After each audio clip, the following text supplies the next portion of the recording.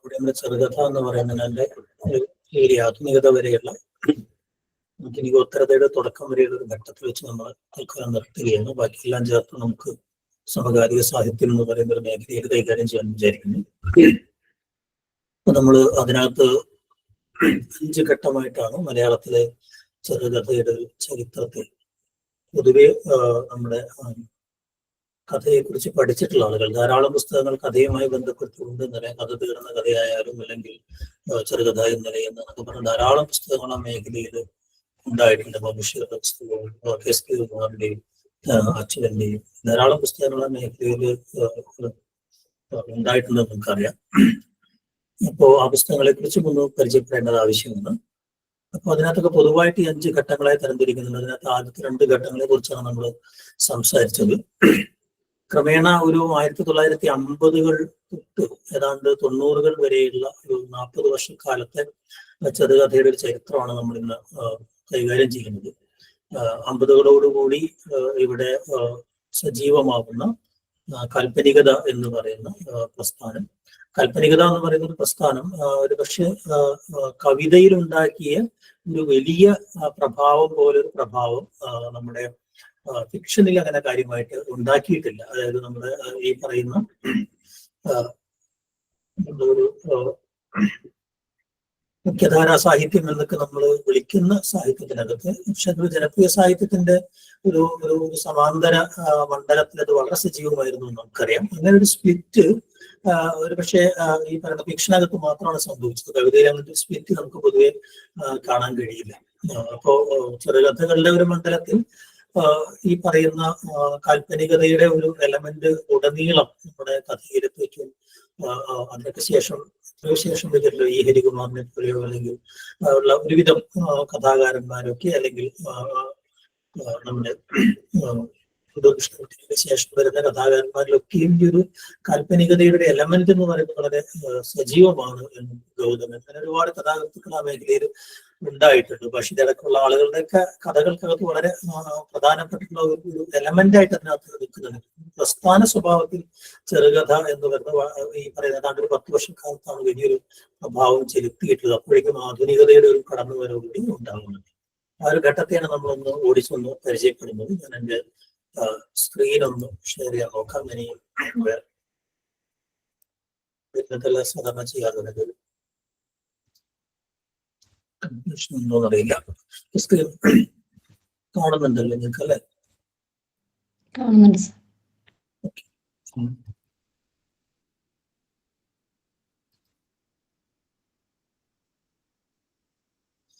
Okay, അപ്പൊ നമുക്ക് ചെറുകഥയുടെ ഒരു 2ാം ഘട്ടത്തിലേക്ക് പോവാം.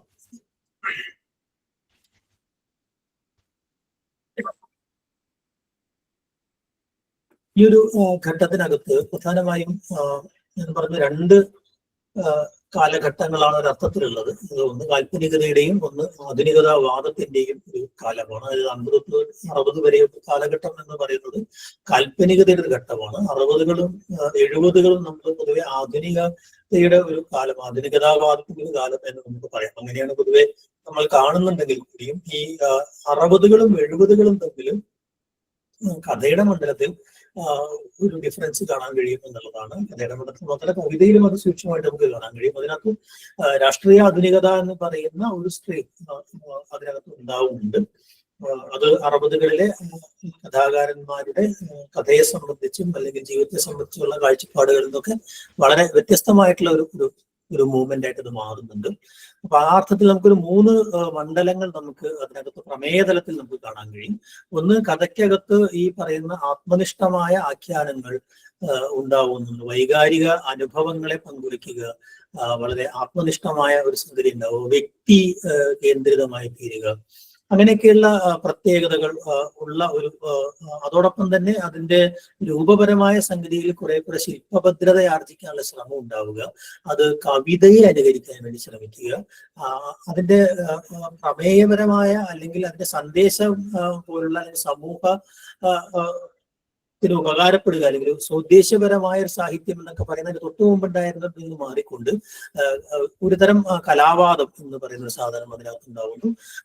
അപ്പൊ അതുകൊണ്ട് തന്നെ അതിന്റെ ഒരു കാവ്യഭാഷയ്ക്ക് അല്ലെങ്കിൽ ആഖ്യാനത്തിന് കൂടുതൽ പ്രാധാന്യം ഉണ്ടാവുക എന്നുള്ളൊരു പ്രത്യേകത ഉണ്ടാവുന്നു. അതോടൊപ്പം തന്നെ ഈ ഒരു ഏകാന്തതയിൽ ധ്യാനം ചെയ്യപ്പെടേണ്ട ഒരു സംഗതിയാണ്, അല്ലെങ്കിൽ അനുഭവാത്മകതയ്ക്ക് പ്രാധാന്യം നൽകുക, അതിന്റെ ഒരു തീവ്ര സംവേദനക്ഷമതയിൽ ഊന്നുക തുടങ്ങിയ എലമെന്റുകളൊക്കെയാണ് നമുക്കറിയാവുന്നതുപോലെ ഈ കഥയിലെ കാൽപ്പനികതയിൽ പ്രധാനമായിട്ടും ഉണ്ടായിരുന്നത് എന്ന് നമുക്ക് കാണാൻ കഴിയും. അതിന്റെ ഈ പറയുന്ന രൂപശില്പ തികവിനെ, അതിന്റെ ഒരു ഏകദാനതയിൽ, അതിന്റെ ഒരു ഭാവകാവ്യാത്മകതയൊക്കെ തകർത്തുകൊണ്ടാണ് കഥയിലൊരു കാക്കഫോണി എന്നൊക്കെ പറയാവുന്ന തരത്തിൽ ഒരു വലിയ കലഹവും കലാപവുമായിട്ട് 60കളിലെ രൂപപരമായ പരീക്ഷണങ്ങൾ പ്രത്യേകിച്ച് ആധുനികതാവാദ കാലത്ത് ഉണ്ടാവുന്നു. അപ്പൊ അത് വെറും രൂപപരമായ പരീക്ഷണങ്ങൾ, പക്ഷെ 60കളിലെ ആധുനിക കവിതയുടെ പോലെ ആയിരുന്നില്ല ആധുനിക കഥയിൽ ഉണ്ടാവുന്നത്. ആധുനിക കഥയുടെ കാര്യത്തിനകത്ത് കുറെ കൂടെ അത് ഈ പറയുന്ന പാശ്ചാത്യ അനുകരണത്തിന്റെ ഒരു മണ്ഡലത്തിൽ കൂടുതൽ സ്വാധീനിക്കപ്പെടുകയും അന്ന് ഒരു പക്ഷേ ലോകവ്യാപകമായിട്ട് തന്നെ ഉണ്ടായിട്ടുള്ള അവാങ്കാർഡ് മൂവ്മെന്റുകളോ അല്ലെങ്കിൽ ഈ പറയുന്ന ഹിപ്പിസം പോലുള്ള ചില സാധനങ്ങൾ, അസ്തിത്വവാദം പോലുള്ള കാര്യങ്ങൾ, ഇതൊക്കെ വലിയ അളവിൽ നമ്മുടെ ചെറുകഥയുടെ ഒരു എഴുത്തു മണ്ഡലത്തിലേക്ക് സ്വാധീനിക്കപ്പെടുകയും ചെയ്യുന്ന ഒരു ഘട്ടം കൂടിയാണ്. അതോടൊപ്പം തന്നെ 2 ലോകയുദ്ധങ്ങളുടെ വലിയൊരു തകർച്ച, അതിനുശേഷം സ്വാതന്ത്ര്യാനന്തര മോഹഭംഗം പോലുള്ള കാര്യങ്ങൾ, നേരത്തെ നമ്മൾ നോവലിൽ പറഞ്ഞിട്ടുള്ള ഈ ഘടകങ്ങളൊക്കെയും ചെറുകഥയുടെ മണ്ഡലത്തിൽ പ്രവർത്തിക്കുന്നുണ്ട്. ചെറുകഥയും നോവലുകളും മാറി മാറി എഴുതുന്ന എഴുത്തുകാരായിട്ട് തന്നെയാണ് ആ സമയത്ത് വരുന്നത്. 2 ഫോമുകളിലും പരീക്ഷണങ്ങൾ നടക്കുന്നുണ്ട്. വളരെ ചുരുക്കം പേർ, സക്രിയെ പോലെയൊക്കെയുള്ള വളരെ ചുരുക്കം പേർ മാത്രമാണ് ഈ ചെറുകഥാ മണ്ഡലത്തിൽ മാത്രം ഊന്നി എഴുതിയിട്ടുള്ള ആളുകൾ എന്ന് നമുക്കറിയാം. അപ്പോൾ അങ്ങനെയുള്ളൊരു പരീക്ഷണാത്മകതയിൽ ഊന്നിയ ഒരു ആധുനികതാവാദകാലം ഉണ്ടാകുന്നുണ്ട്. 70കളുടെ ഒരു മധ്യത്തോടു കൂടി സംഭവിക്കുന്ന രാഷ്ട്രീയമായിട്ടുള്ള ചില സംഭവ വികാസങ്ങൾ, ചില പ്രതിസന്ധികൾ, പ്രത്യേകിച്ച് കമ്മ്യൂണിസ്റ്റ് മൂവ്മെന്റുകൾക്ക് ഉണ്ടാകുന്ന പ്രതിസന്ധി എന്ന് പറയുന്നത്, അതോടൊപ്പം തന്നെ അടിയന്തരാവസ്ഥ പോലുള്ള അമൂർത്തമായ രാഷ്ട്രീയ സാഹചര്യങ്ങൾ ഉണ്ടാകുന്നു, പുരോഗമന സാഹിത്യ പ്രസ്ഥാനത്തിനുണ്ടാകുന്ന തകർച്ചയുണ്ടാവുന്നു, വിപ്ലവ പ്രസ്ഥാനങ്ങൾക്ക് പൊതുവെ ഉണ്ടാവുന്ന തകർച്ച ഉണ്ടാവുന്നു, പാർലമെന്ററി വ്യാമോഹങ്ങളുമായി ബന്ധപ്പെട്ട് അങ്ങനെ പല ഈ സാമൂഹ്യ ഘടകങ്ങൾ കൂടെ ഉൾക്കൊണ്ടുകൊണ്ട് അതിന് തൊട്ടു മുമ്പുണ്ടായിരുന്ന ആധുനികതാ വാദകാലത്തെ അരാഷ്ട്രീയതയെ കൂടെ വെല്ലുവിളിച്ചുകൊണ്ട് ഒരേ സമയം ഈ പറയുന്ന തൊട്ടുമുമ്പുണ്ടായിരുന്ന ആധുനികത വാദത്തെയും അല്ലെങ്കിൽ അപ്പുറത്ത് പാരലലായി നടന്നുകൊണ്ടിരിക്കുന്ന സോഷ്യലിസ്റ്റ് റിയലിസ്റ്റ് രചനകളെയും ഒരുപോലെ പ്രതിരോധിക്കുന്ന ഒരു രാഷ്ട്രീയ ആധുനികതയുടെ തീവ്ര ഇടതുപക്ഷ മൂല്യബോധത്തിന് നക്സൽബാരി മൂവ്മെന്റിന്റെ ഒക്കെ ഭാഗമായി സാംസ്കാരിക വേദിയിലേക്ക് ഒരു വരവോടുകൂടി ഇവിടെ ഉണ്ടാവുന്ന ഒരു വലിയ മൂവ്മെന്റ് ആയിട്ടാണ് ഈ രാഷ്ട്രീയ ആധുനികത എന്ന് പറയുന്ന ഒരു സാധനം എഴുത്തുകളിൽ ഉണ്ടാവുന്നത്. അപ്പൊ അങ്ങനെയാണ് നമ്മൾ 3 വിഭാഗങ്ങളായിട്ട് ഈ പറയുന്ന ഏതാണ്ട് 30 വർഷക്കാലത്തെ ചെറുകഥയെ നമുക്ക് തരംതിരിക്കാൻ കഴിയും. ഇതിനകത്ത് ഉണ്ടാകുന്ന ഒരു ബ്രിഡ്ജ് എന്ന് പറയുന്നത് നമ്മൾ നേരെ റിയലിസത്തിന്റെ മണ്ഡലത്തിൽ നിന്ന് റൊമാന്റിസിസത്തിന്റെ മണ്ഡലത്തിലേക്ക് ഉള്ള ഒരു ബ്രിഡ്ജ് എന്ന് പറയുന്നത്, അത് കവിതയുടെ ഒരു കാര്യത്തിൽ നേരെ തിരിച്ചാ സംഭവിക്കുന്നത്. ഈ റിയലിസം എന്ന് പറയുന്ന ഒരു മൂവ്മെന്റ് യഥാർത്ഥത്തിൽ കവിതയിൽ ഉണ്ടാവുന്നില്ല. പക്ഷെ റൊമാന്റിസിസത്തിനെതിരായിട്ട് ആണ് ചില റിയലിസത്തിന്റെ ചില സങ്കേതങ്ങൾ ഉപയോഗിക്കുക എന്ന് പറയുന്ന ചില രീതികൾ കവിതയിൽ ഒരുപക്ഷെ കാൽപ്പനികതയെ പ്രതിരോധിക്കാൻ വേണ്ടിയാണ് ചില കവികളൊക്കെ ഉപയോഗിച്ചത്. ആർദ്രകടശ്ശേരിയൊക്കെ റിയലിസ്റ്റ് കവിയാണെന്നൊക്കെ നമ്മൾ തെറ്റായി വിളിച്ചിട്ടുണ്ടെന്ന് നമുക്കറിയാം. പക്ഷെ കഥയുടെ കാര്യത്തിൽ ഈ പറഞ്ഞതുപോലെ റിയലിസത്തിന് ശേഷമാണ് ഈ റൊമാന്റിസിസം എന്ന് പറയുന്ന ഒരു സാധനം വരുന്നത് എന്ന് നമുക്കറിയാം. അപ്പൊ അതിനിടയിൽ ഒരു ബ്രിഡ്ജ് എന്ന രീതിയിലാണ് ഈ ജീവിതത്തെയും സമൂഹത്തെയും നേരെ ആവിഷ്കരിക്കുക, നേരെഴുത്ത് എന്ന് പറയുന്ന ഒരു രീതിയിൽ നിന്ന് തന്നെ കുറെ കൂടെ അതിന്റെ സൂക്ഷ്മമായ ആവിഷ്കാരങ്ങളിലേക്കും അതോടൊപ്പം തന്നെ അപരിചിതാനുഭവങ്ങളിലേക്കും അല്ലെങ്കിൽ വേറെ ദേശങ്ങളിലെ അനുഭവങ്ങളിലേക്കും അതോടൊപ്പം തന്നെ കുറെ കൂടെ ഈ പറയുന്ന വ്യക്തികൾ അനുഭവിക്കുന്ന സിസ്റ്റത്തിനകത്ത് വ്യക്തികൾ അനുഭവിക്കുന്ന പലതരം സംഘർഷങ്ങൾ, സ്വാതന്ത്ര്യമില്ലായ്മ, അങ്ങനെയൊക്കെയുള്ള ചില പ്രശ്നങ്ങളൊക്കെ ആവിഷ്കരിക്കുന്ന ഒരു കൂട്ടം പട്ടാള കഥകളെ കേന്ദ്രീകരിച്ചുകൊണ്ടാണ് ഒരുപക്ഷെ റൊമാന്റിസത്തിലേക്കുള്ള ഒരു ആദ്യത്തെ ഒരു ആയലുണ്ടാവുന്നത് എന്ന് നമുക്ക് കാണാൻ കഴിയും. പ്രത്യേകിച്ച് പട്ടാള കഥകളുടെ ഒരു നിര തന്നെ ആ സമയത്ത് ഉണ്ടാകുന്നുണ്ട്. അതോടൊപ്പം തന്നെ കേരളത്തിന്റെ ഒരു സാമൂഹ്യ പരിസരം വെച്ച് നോക്കിക്കഴിഞ്ഞിട്ടുണ്ടെങ്കിൽ ആളുകൾ ഇങ്ങനെ അന്നത്തെ നോവലുകളും കഥകളൊക്കെ നിരന്തരമായി ആവിഷ്കരിക്കുകയും ചെയ്യുന്നത്. കാരണം വലിയ ക്ഷാമം ഉണ്ടാവുന്നു, നാട്ടിലാകെ പട്ടിണിയാവുന്നു, മധ്യവർഗത്തിന് കാര്യമായ തൊഴിലുകൾ ഇല്ലാത്ത സാഹചര്യം ഉണ്ടാവുന്നു. അപ്പൊ അവരൊക്കെ എന്തെങ്കിലുമൊക്കെ ജീവസന്ധാനത്തിന് വേണ്ടി വൻ നഗരങ്ങളിലേക്ക് പോവുക, പട്ടാളത്തിൽ പോയി ചേരുക എന്നൊക്കെ പറയുന്ന അങ്ങനെയുള്ള ഒരു വലിയ ഒരു സംഗതി ഉണ്ട്. അവരെ പട്ടാളത്തിലേക്ക് പോവുക, അങ്ങനെയുള്ള ഒരു തലമുറയുടെ പട്ടാളാനുഭവങ്ങൾ, പട്ടാള കഥകൾ വലിയ രീതിയിൽ അത് വരുന്നുണ്ട്. അപ്പൊ അതുകൊണ്ട് തന്നെ ആ പട്ടാള കഥകൾക്കകത്ത് ഉള്ള ഒരുതരം വൈകാരിക ലോകം, അതൊരു പക്ഷേ അതിന് തൊട്ടു മുമ്പുണ്ടായിരുന്ന ആ തലമുറയിലെ ഈ വീരസ്യം പറയുന്ന പട്ടാള കഥകൾ, ചായക്കടയിൽ നിന്ന് വീരസ്യം പറയുന്ന പട്ടാള കഥകൾ എന്ന് മാറി അവിടുത്തെ ഒരു സൂക്ഷ്മ ജീവിത ലോകം, അതിന്റെ ജീവിത പ്രതിസന്ധികൾ, സ്വത്വ പ്രതിസന്ധികളൊക്കെ ആവിഷ്കരിക്കുന്ന വളരെ സൂക്ഷ്മമായ ആഖ്യാനങ്ങൾ ആ സമയത്ത് തന്നെ ഉണ്ടാവുന്നുണ്ട് എന്നുള്ളതാണ്. അത് നിരന്തരം ഈ പറയുന്ന ഘട്ടത്തിനകത്തൊക്കെ കോവിലൻ ആധുനികതയിലേക്ക് തന്നെ എത്തുന്ന ഒരു ആധുനികതാവാദകാലത്തേക്ക് തന്നെ എത്തിക്കാവുന്ന ഒരു എഴുത്തുകാരനാണ്. കോവിലിനെ പോലെ എഴുത്തുകാരൻ നമുക്കറിയാം. അപ്പൊ ആ കഥാകൃത്തുക്കളിലൂടെ ഒരു പട്ടാള കഥകളുടെ ഒരു സമുച്ചയം നമ്മുടെ കഥാലോകത്ത് ഉണ്ടാവുന്നുണ്ട്. അപ്പൊ അതിന്റെ ഒരു ഭാഗമായിട്ടാണ് നമുക്ക് ഈ പറഞ്ഞ വിട്ടൂർ രാമൻ നായരായാലും അല്ലെങ്കിൽ പാറപ്പുറത്തായാലും അതുപോലെ കോവിലനും നന്ദനാരും കടങ്ങുന്ന ഒരു സംഘം പട്ടാള കഥകൾ ഉണ്ടാവുന്നു. അതോടൊപ്പം തന്നെ ഒരു ദേശരാഷ്ട്രം എന്ന് പറയുന്ന ഒരു സങ്കല്പം, അവിടെ ആ ദേശരാഷ്ട്ര സങ്കല്പം എന്ന് പറയുന്ന രാഷ്ട്രീയ ഭൂപടത്തിന് അപ്പുറം ഈ പറയുന്ന വ്യത്യസ്ത ഭാഷകൾ സംസാരിക്കുന്ന വ്യത്യസ്ത ദേശീയതകൾക്കകപ്പെട്ട മനുഷ്യർക്കിടയിലുള്ള വിനിമയങ്ങൾ, അതിന്റെ വേദനകൾ, അതോടൊപ്പം തന്നെ ഭരണകൂടം, അതിന്റെ അധികാര പ്രയോഗം, അതിന്റെ ഉപകരണവും ഇരയുമായി തീരുന്ന അവസ്ഥ, അങ്ങനെയൊക്കെയുള്ള ഒരു പാൻ ഇന്ത്യൻ സ്വഭാവം കൂടെ വരികയും അതുകൂടി ഈ ഒരു കഥയുടെ, കാരണം ഈ റിയലിസത്തിന്റെ കാലഘട്ടത്തിനകത്ത് അത് കൃത്യമായിട്ടും ചില പ്രദേശ കേന്ദ്രിതമായ, ഞാൻ നേരത്തെ പറഞ്ഞതുപോലെ ഇടനാടുകളെ കേന്ദ്രീകരിച്ച് അല്ലെങ്കിൽ തീരദേശത്തെ കേന്ദ്രീകരിച്ച് ചില പ്രത്യേക പ്രദേശങ്ങളെ കേന്ദ്രീകരിച്ചായിരുന്നെങ്കിൽ ഒരുതരം ദേശീയ അന്തരീക്ഷം കൂടെ ഈ കഥകളിലൂടെ വരുന്നുണ്ട് എന്നുള്ളത്. അതോടൊപ്പം തന്നെ നമുക്കറിയാത്ത, നേരിട്ട് അനുഭവിക്കാൻ കഴിയാത്ത കുറെ ലോകങ്ങളെ കുറിച്ച്, അപരലോകങ്ങളെ കുറിച്ചുള്ള കാഴ്ചകൾ കൂടെ അത് കൊണ്ടുവരുന്നുണ്ട്.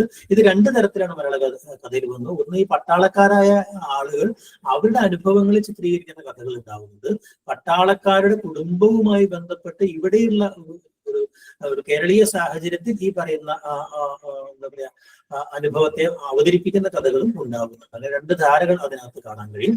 എന്തായാലും അത്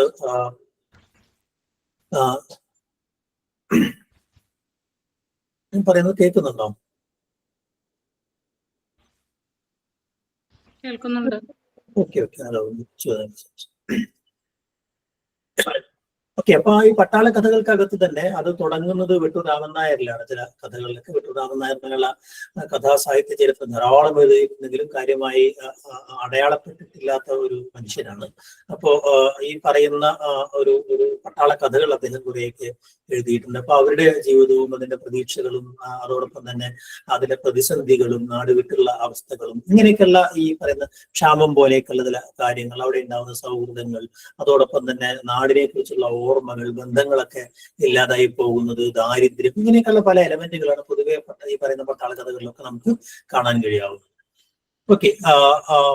കോവിലിനും നന്ദനാരും പാറപ്പുറത്തും ചേരുന്ന പട്ടാള കഥകളുടെ സമുച്ചയം, അതിനകത്ത് നമുക്ക് കോവിലൻ എന്റെ കഥകൾ പട്ടാള കഥകൾ മാത്രമായിരുന്നില്ല എന്ന് നമുക്കറിയാം. പക്ഷെ അദ്ദേഹം ആ രീതിയിൽ അടയാളപ്പെടുത്തപ്പെട്ടു പോയ ഒരു മനുഷ്യനാണ്. ധാരാളം വ്യത്യസ്തമായ കഥകൾ അദ്ദേഹം എഴുതിയിട്ടുണ്ട്. ഇപ്പൊ പട്ടാള ജീവിതം ആവിഷ്കരിക്കുന്ന ധാരാളം കഥകൾ, കോവിലിക്കൽ മനുഷ്യനായിരുന്നു എന്നുള്ള കഥയായാലും അല്ല, അല്ലാഹിന്റെ സംരക്ഷണത്തിലേക്ക് എന്ന് പറയുന്ന വളരെ വൈകാരികമായിട്ടുള്ള, അതോടൊപ്പം തന്നെ ഈ മതസ്വത്വങ്ങളൊക്കെ ഒരു ദേശീയ സ്വത്വത്തിനകത്ത് വിലയം കൊള്ളുന്ന, അല്ലെങ്കിൽ മനുഷ്യൻ എന്ന് പറയുന്ന ഒരു സംഗതിക്കകത്ത് അവന്റെ ഏറ്റവും നിസ്സഹായമായ ഒരു അവസ്ഥയിലേക്ക് ഇത്തരം സ്വത്വങ്ങളൊക്കെ ഇല്ലാതായി പോകുന്ന, ഈ പ്രാദേശികമോ അല്ലെങ്കിൽ മതപരമായ സ്വത്വങ്ങളൊക്കെ ഇല്ലാതായി പോകുന്ന മനുഷ്യന്റെ കേവലതയെ സംബന്ധിച്ച അല്ലാഹിന്റെ സംരക്ഷണത്തിലേക്കുള്ള കഥകൾ ഉണ്ടാകുന്നുണ്ട്.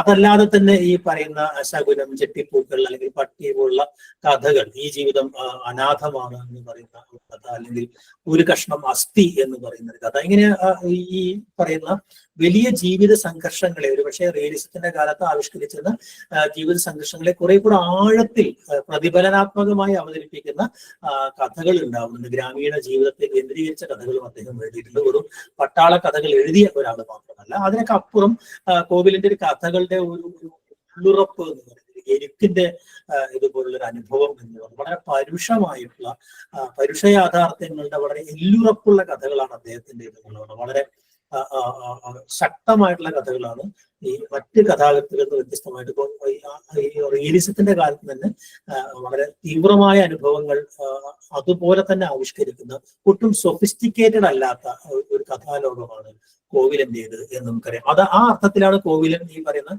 ആധുനികതാ വാദകാലത്തേക്ക് കൂടെ നമുക്ക് പ്രിയപ്പെട്ട എഴുത്തുകാരനായിട്ട് തുടർന്നത് എന്നുള്ളതാണ്. കോവിലൻ ആ കാലത്തൂടെ തുടരുന്നുണ്ട് എന്നൊക്കെ അല്ലെ. മറ്റൊരാൾ നന്ദനാരാണ്. അതിൽ നിന്ന് വ്യത്യസ്തമായിട്ട് നന്ദനാരുടെ കഥകൾ കുറെ കൂടെയൊക്കെ ഈ പറയുന്ന പട്ടാള ബാരക്കുകളുടെ കഥകൾ കൂടുതലായിട്ട് ആവിഷ്കരിക്കുകയും അവിടുത്തെ ജീവിതത്തെ ആവിഷ്കരിക്കുകയൊക്കെ ചെയ്യുന്ന കഥകൾ. അത് കുറെ കൂടെ വൈകാരികമായിട്ട് ഇത്തരം കാര്യങ്ങളെ ആവിഷ്കരിക്കുന്ന കഥകളാണ്. അപ്പൊ അതിനകത്ത് രണ്ട് മേഖലകളിൽ ഒന്ന് പാറപ്പുറത്തിന്റെ കഥകൾ, അത് ഈ നാട്ടിൻപുറത്ത് നിന്നുകൊണ്ട് ഈ പറയുന്ന പട്ടാള ജീവിതത്തെ ആവിഷ്കരിക്കുന്ന കഥകൾ എന്നുള്ള വ്യത്യാസം മാത്രമല്ല, ഒന്നും ഈ പറയുന്ന ഈ എന്താ പറയുക ഓണാട്ടുകര എന്ന് പറയുന്ന പ്രദേശത്തെ, ഓണാട്ടുകര എന്ന് പറയുന്ന ഒരു പ്രദേശത്തെ ഒരു ക്രിസ്തീയ സമൂഹത്തിനകത്തു നിന്നുകൊണ്ടാണ് പാറപ്പുറത്തിന്റെ ഇത്തരം കഥകൾ ഉണ്ടാകുന്നതെങ്കിൽ വള്ളുവനാട്ടിലെ ഒരു നായർ കുടുംബത്തെ കേന്ദ്രീകരിച്ചുകൊണ്ടാണ് നന്ദനാരന്റെ കഥകൾ ഉണ്ടാകുന്നത്. രണ്ട് തരം സമുദായങ്ങളെ കേന്ദ്രീകരിച്ചുകൊണ്ടാണ്, അല്ലെങ്കിൽ രണ്ട് തരം പ്രദേശ സംസ്കൃതികളെ കേന്ദ്രീകരിച്ചിട്ടാണ് ഈ കഥകൾ ഉണ്ടാകുന്നത് എന്നുള്ളതുകൊണ്ട് തന്നെ അതിന്റെ ഭാഷാപരമായിട്ട് വലിയ വ്യത്യാസം നമുക്ക് അതിനകത്ത് കാണാൻ കഴിയും. നന്ദനാരുടെയും അതുപോലെ തന്നെ പാറപ്പുറത്തിന്റെയും എന്നുള്ളതാണ് പ്രധാനപ്പെട്ട ഒരു വ്യത്യാസം എന്നുള്ളത്. അപ്പൊ കുറെ കൂടെ ഈ പറയുന്ന കോവിലിനേക്കാൾ കുറെ കൂടെ ഭാവസരളമായിട്ടുള്ള കുറെ കൂടെ ലളിതമായ കഥകളാണ് നന്ദനാരിന്റെയും പാറപ്പുറത്തിന്റെയും പറയാൻ പറ്റും. അതുകൊണ്ട് തന്നെ തൊട്ടടുത്തുള്ള ഒരു ഘട്ടത്തിലേക്ക് സംക്രമിക്കുന്ന ഒരു ഭാവുകത്വ സംസ്കാരം, അത്തരം ഒരു സംവേദനത്വം ഈ പറയുന്ന കഥകൾക്കുണ്ട് എന്ന് നമുക്ക് പറയാൻ പറ്റില്ല. അതുപോലെ തന്നെ മറ്റൊരു കഥാകൃത്താണ് ഈ വിനയൻ എന്ന് പറയുന്നത്. വിനയന്റെ കഥകളും ഇതേപോലെ തന്നെ പട്ടാള കഥകളുടെ ഭാഗമായിട്ട് നമുക്ക് പറയുന്ന കഥകളാണ് അല്ലെ. അപ്പൊ അത് പൊതുവെ ഈ കഥകളെയൊക്കെ നമ്മൾ ഇങ്ങനെ നോക്കുമ്പോൾ നമ്മൾ ഈ പറയുന്ന കാൽപ്പനികതയുടെ ഒരു മുന്നോടിയായിട്ട് അതോടൊപ്പം തന്നെ ഈ ഭാവാവിഷ്കാരം, വൈകാരികാവിഷ്കാരം, ആത്മകേന്ദ്രിതം, ഇങ്ങനെയുള്ള പല പല എലമെന്റുകൾ നമുക്ക് ഈ കഥകളിൽ കാണാൻ കഴിയും എന്നുള്ളതാണ്. അപ്പൊ അത് ഒരു പക്ഷെ അതിന് മുന്നോടിയായി സംഭവിച്ചതാണെങ്കിൽ കൂടി ഈ കാൽപ്പനികതയെ നിർണയിച്ചെടുത്ത ചില സാമൂഹ്യ സാഹചര്യങ്ങൾ ഉണ്ട്. നമുക്കൊക്കെ അറിയാവുന്നതുപോലെ വലിയ ക്ഷാമം അവിടെ ഉണ്ടാവുന്നു. ഈ പറയുന്ന എന്താ പറയാ പലതരം പ്രതിസന്ധികൾ അവിടെ ഉണ്ടാവുന്നു. ഫ്യൂഡലിസത്തിന്റെ തകർച്ച സംഭവിക്കുന്നു, കൂട്ടുകിടക്കുന്ന തകർച്ച സംഭവിക്കുന്നു. എന്നാൽ വൻ നഗരങ്ങളിലൂടെ വികസിക്കുന്നില്ല എന്നുള്ള പ്രശ്നം വരുന്നു. കാർഷിക ജീവിതത്തിന്റെ തകർച്ച ഉണ്ടാവുന്നു.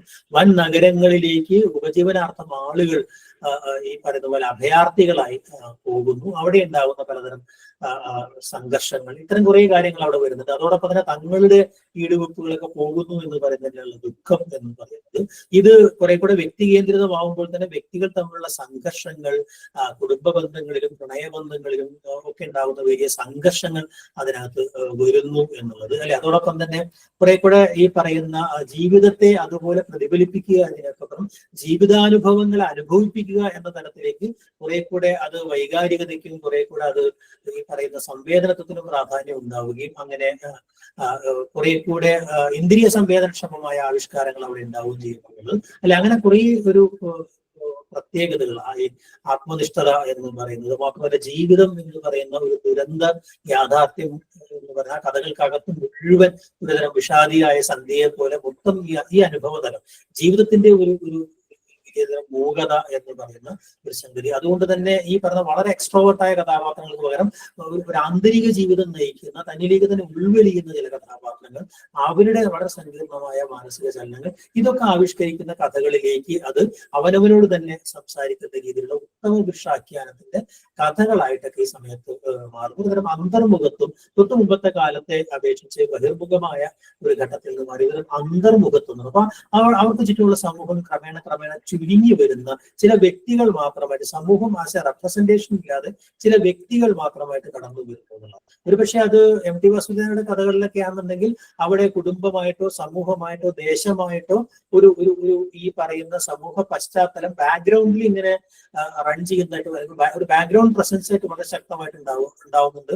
എങ്കിൽ അതിൽ നിന്ന് വ്യത്യസ്തമായി തീവ്രനാവുമ്പോൾ പത്മനാഭന്റെ ഒക്കെ കഥകളെത്തുമ്പോൾ സമൂഹം എന്നുള്ള സാധനം തന്നെ ഇല്ലാതായി തീരുന്നതായിട്ട് നമുക്ക് കാണാൻ കഴിയും. അങ്ങനെ ഈ കാൽപ്പനികതയിൽ തന്നെ അത്തരം ചില വ്യത്യാസങ്ങളെ നമുക്ക് സൂക്ഷ്മമായിട്ട് സൂചിപ്പിക്കാൻ പറ്റും. ഓക്കെ, അപ്പൊ ആ കാൽപ്പനിക കഥകൾക്കകത്ത് ഈ പറയുന്ന വ്യക്തിയിലേക്ക് മാറുന്നു എന്ന് പറയുന്നത് വ്യക്തിയംശം, അതുപോലെ തന്നെ മാനസിക ലോകം ചിത്രീകരിക്കുക അല്ല അങ്ങനെയുള്ള കഥകൾ അവർ മാതൃകയാക്കുന്നു എന്ന്, മാനസിക വ്യാപാരങ്ങൾ, അല്ലെങ്കിൽ അതുമായി ബന്ധപ്പെട്ട സ്വപ്നാഖ്യാനങ്ങൾ അല്ലെ അങ്ങനെയുള്ള കുറെ കാര്യങ്ങളൊക്കെ അവിടെ നഷ്ടബോധം, മോഹഭംഗം പോലുള്ള കാര്യങ്ങൾക്ക് കയറി വരുന്നു.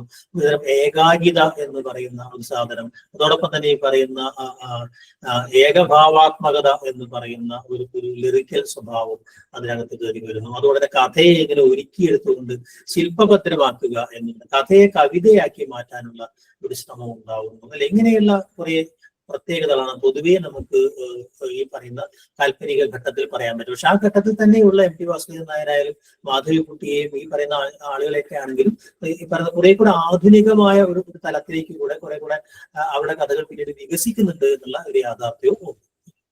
ഇപ്പൊ ടി പത്മനാഭനാണ് അതിനകത്ത് നമ്മൾ ഈ പറയുന്നത്. പക്ഷെ മലയാള കവിതയിലെ ഈ കാലഭൈരവൻ എന്നൊക്കെ പറയുന്ന രീതിയിൽ ടി പത്മനാഭനാണ് നമുക്ക് അതിനകത്ത് ഏറ്റവും പ്രധാനപ്പെട്ട ആൾ. കഥയുടെ മണ്ഡലത്തിൽ നമ്മൾ നോവലിന്റെ മണ്ഡലത്തിൽ എം ടി ആണെങ്കിൽ കഥയുടെ മണ്ഡലത്തിൽ നമ്മൾ ടി പത്മനാഭനെ കുറിച്ചാണ് പറയുന്നത് അല്ലെ. ടി പത്മനാഭൻ ഇങ്ങനെ ഒറ്റപ്പെട്ടു പോയ കുറെ മനുഷ്യരും ജീവികളെയൊക്കെ കേന്ദ്രീകരിച്ചിട്ടുള്ള വളരെ സൂക്ഷ്മവും അല്ലെ എന്നാൽ വളരെ സാധാരണം എന്ന് തോന്നിക്കുന്ന ഒരു ആഖ്യാനത്തിലൂടെ ഏറ്റവും സൂക്ഷ്മമായിട്ട് ഒരു മാനസിക ജീവിതത്തെ ഇങ്ങനെ പ്രകാശിപ്പിക്കുകയാണ്.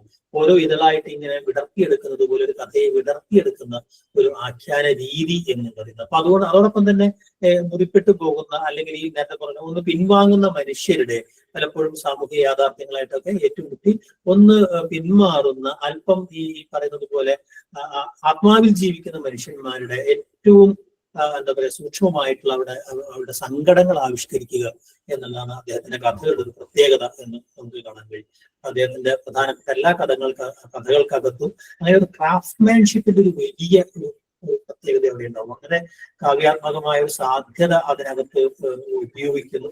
കഥയെ അത്തരമൊരു ഈ പറഞ്ഞ ഒരു ലിറിസിസം എന്ന് പറയുന്നത് ഒരു കഥയ്ക്കകത്ത് വളരെ സൂക്ഷ്മമായിട്ട് ഒരു സവിശേഷമായ ഒരു ഗദ്യാഖ്യാനമാക്കി മാറ്റുക എന്ന് പറയുന്ന ഒരു വലിയ പ്രത്യേകത. അത് ഈ പറഞ്ഞ പോലെ ഏറ്റവും സ്ഥൂലമായ വിവരണങ്ങൾ പരമാവധി ആഖ്യാനങ്ങൾക്കകത്ത് പൊതുവെ കാണുന്ന നോവലിലും കഥയിലും കാണുന്ന സ്ഥൂലമായ വിവരണങ്ങളെയൊക്കെ ചെത്തിക്കളഞ്ഞുകൊണ്ട് സൂക്ഷ്മവും ആയിട്ടുള്ള ഒരു സംഗതി, എന്നാൽ ഒട്ടും സുവ്യക്തമായ ഒരു പശ്ചാത്തലമില്ലാതെ ഒരു ബാക്ക്ഗ്രൗണ്ട് ഇല്ലാതെ വളരെ ധ്വന്യാത്മകമായ രീതിയിലാണ് അദ്ദേഹം 1950 തുടക്കത്തിൽ തന്നെ ഈ കഥയുടെ മണ്ഡലത്തിലേക്ക് വരുന്നത്. അതിന്റെ വളരെ പ്രസിദ്ധമായ കഥകൾ നിങ്ങൾക്കറിയാമല്ലേ, ഈ കിടങ്ങലൂർ സ്ത്രീയായ ഒരു ശേഖുട്ടിയെ പോലെ നമ്മുടെ കഥകളിൽ എഴുതുന്ന കഥ, പ്രകാശം പരത്തുന്നത് പെൺകുട്ടി എന്ന് പറയുന്ന കഥ, അല്ലെ അതിനൊരു സക്കറി അതിനൊരു അനുകരണ സ്വഭാവത്തിലുള്ള ഒരു കഥ പിന്നെ അദ്ദേഹം എഴുതിയിട്ട് നിങ്ങൾക്കറിയാം. ഗൗരിയിലുള്ള കഥകൾ, മകൻ സിക്കിന്റെ മരണം, അങ്ങനെ ധാരാളം കഥകൾ ഈ പറയുന്ന ടി പത്മനാഭന്റെ കഥകളിൽ ചില കഥകൾ ചോദ്യങ്ങൾക്ക് പരിചയപ്പെടാം അല്ലെ.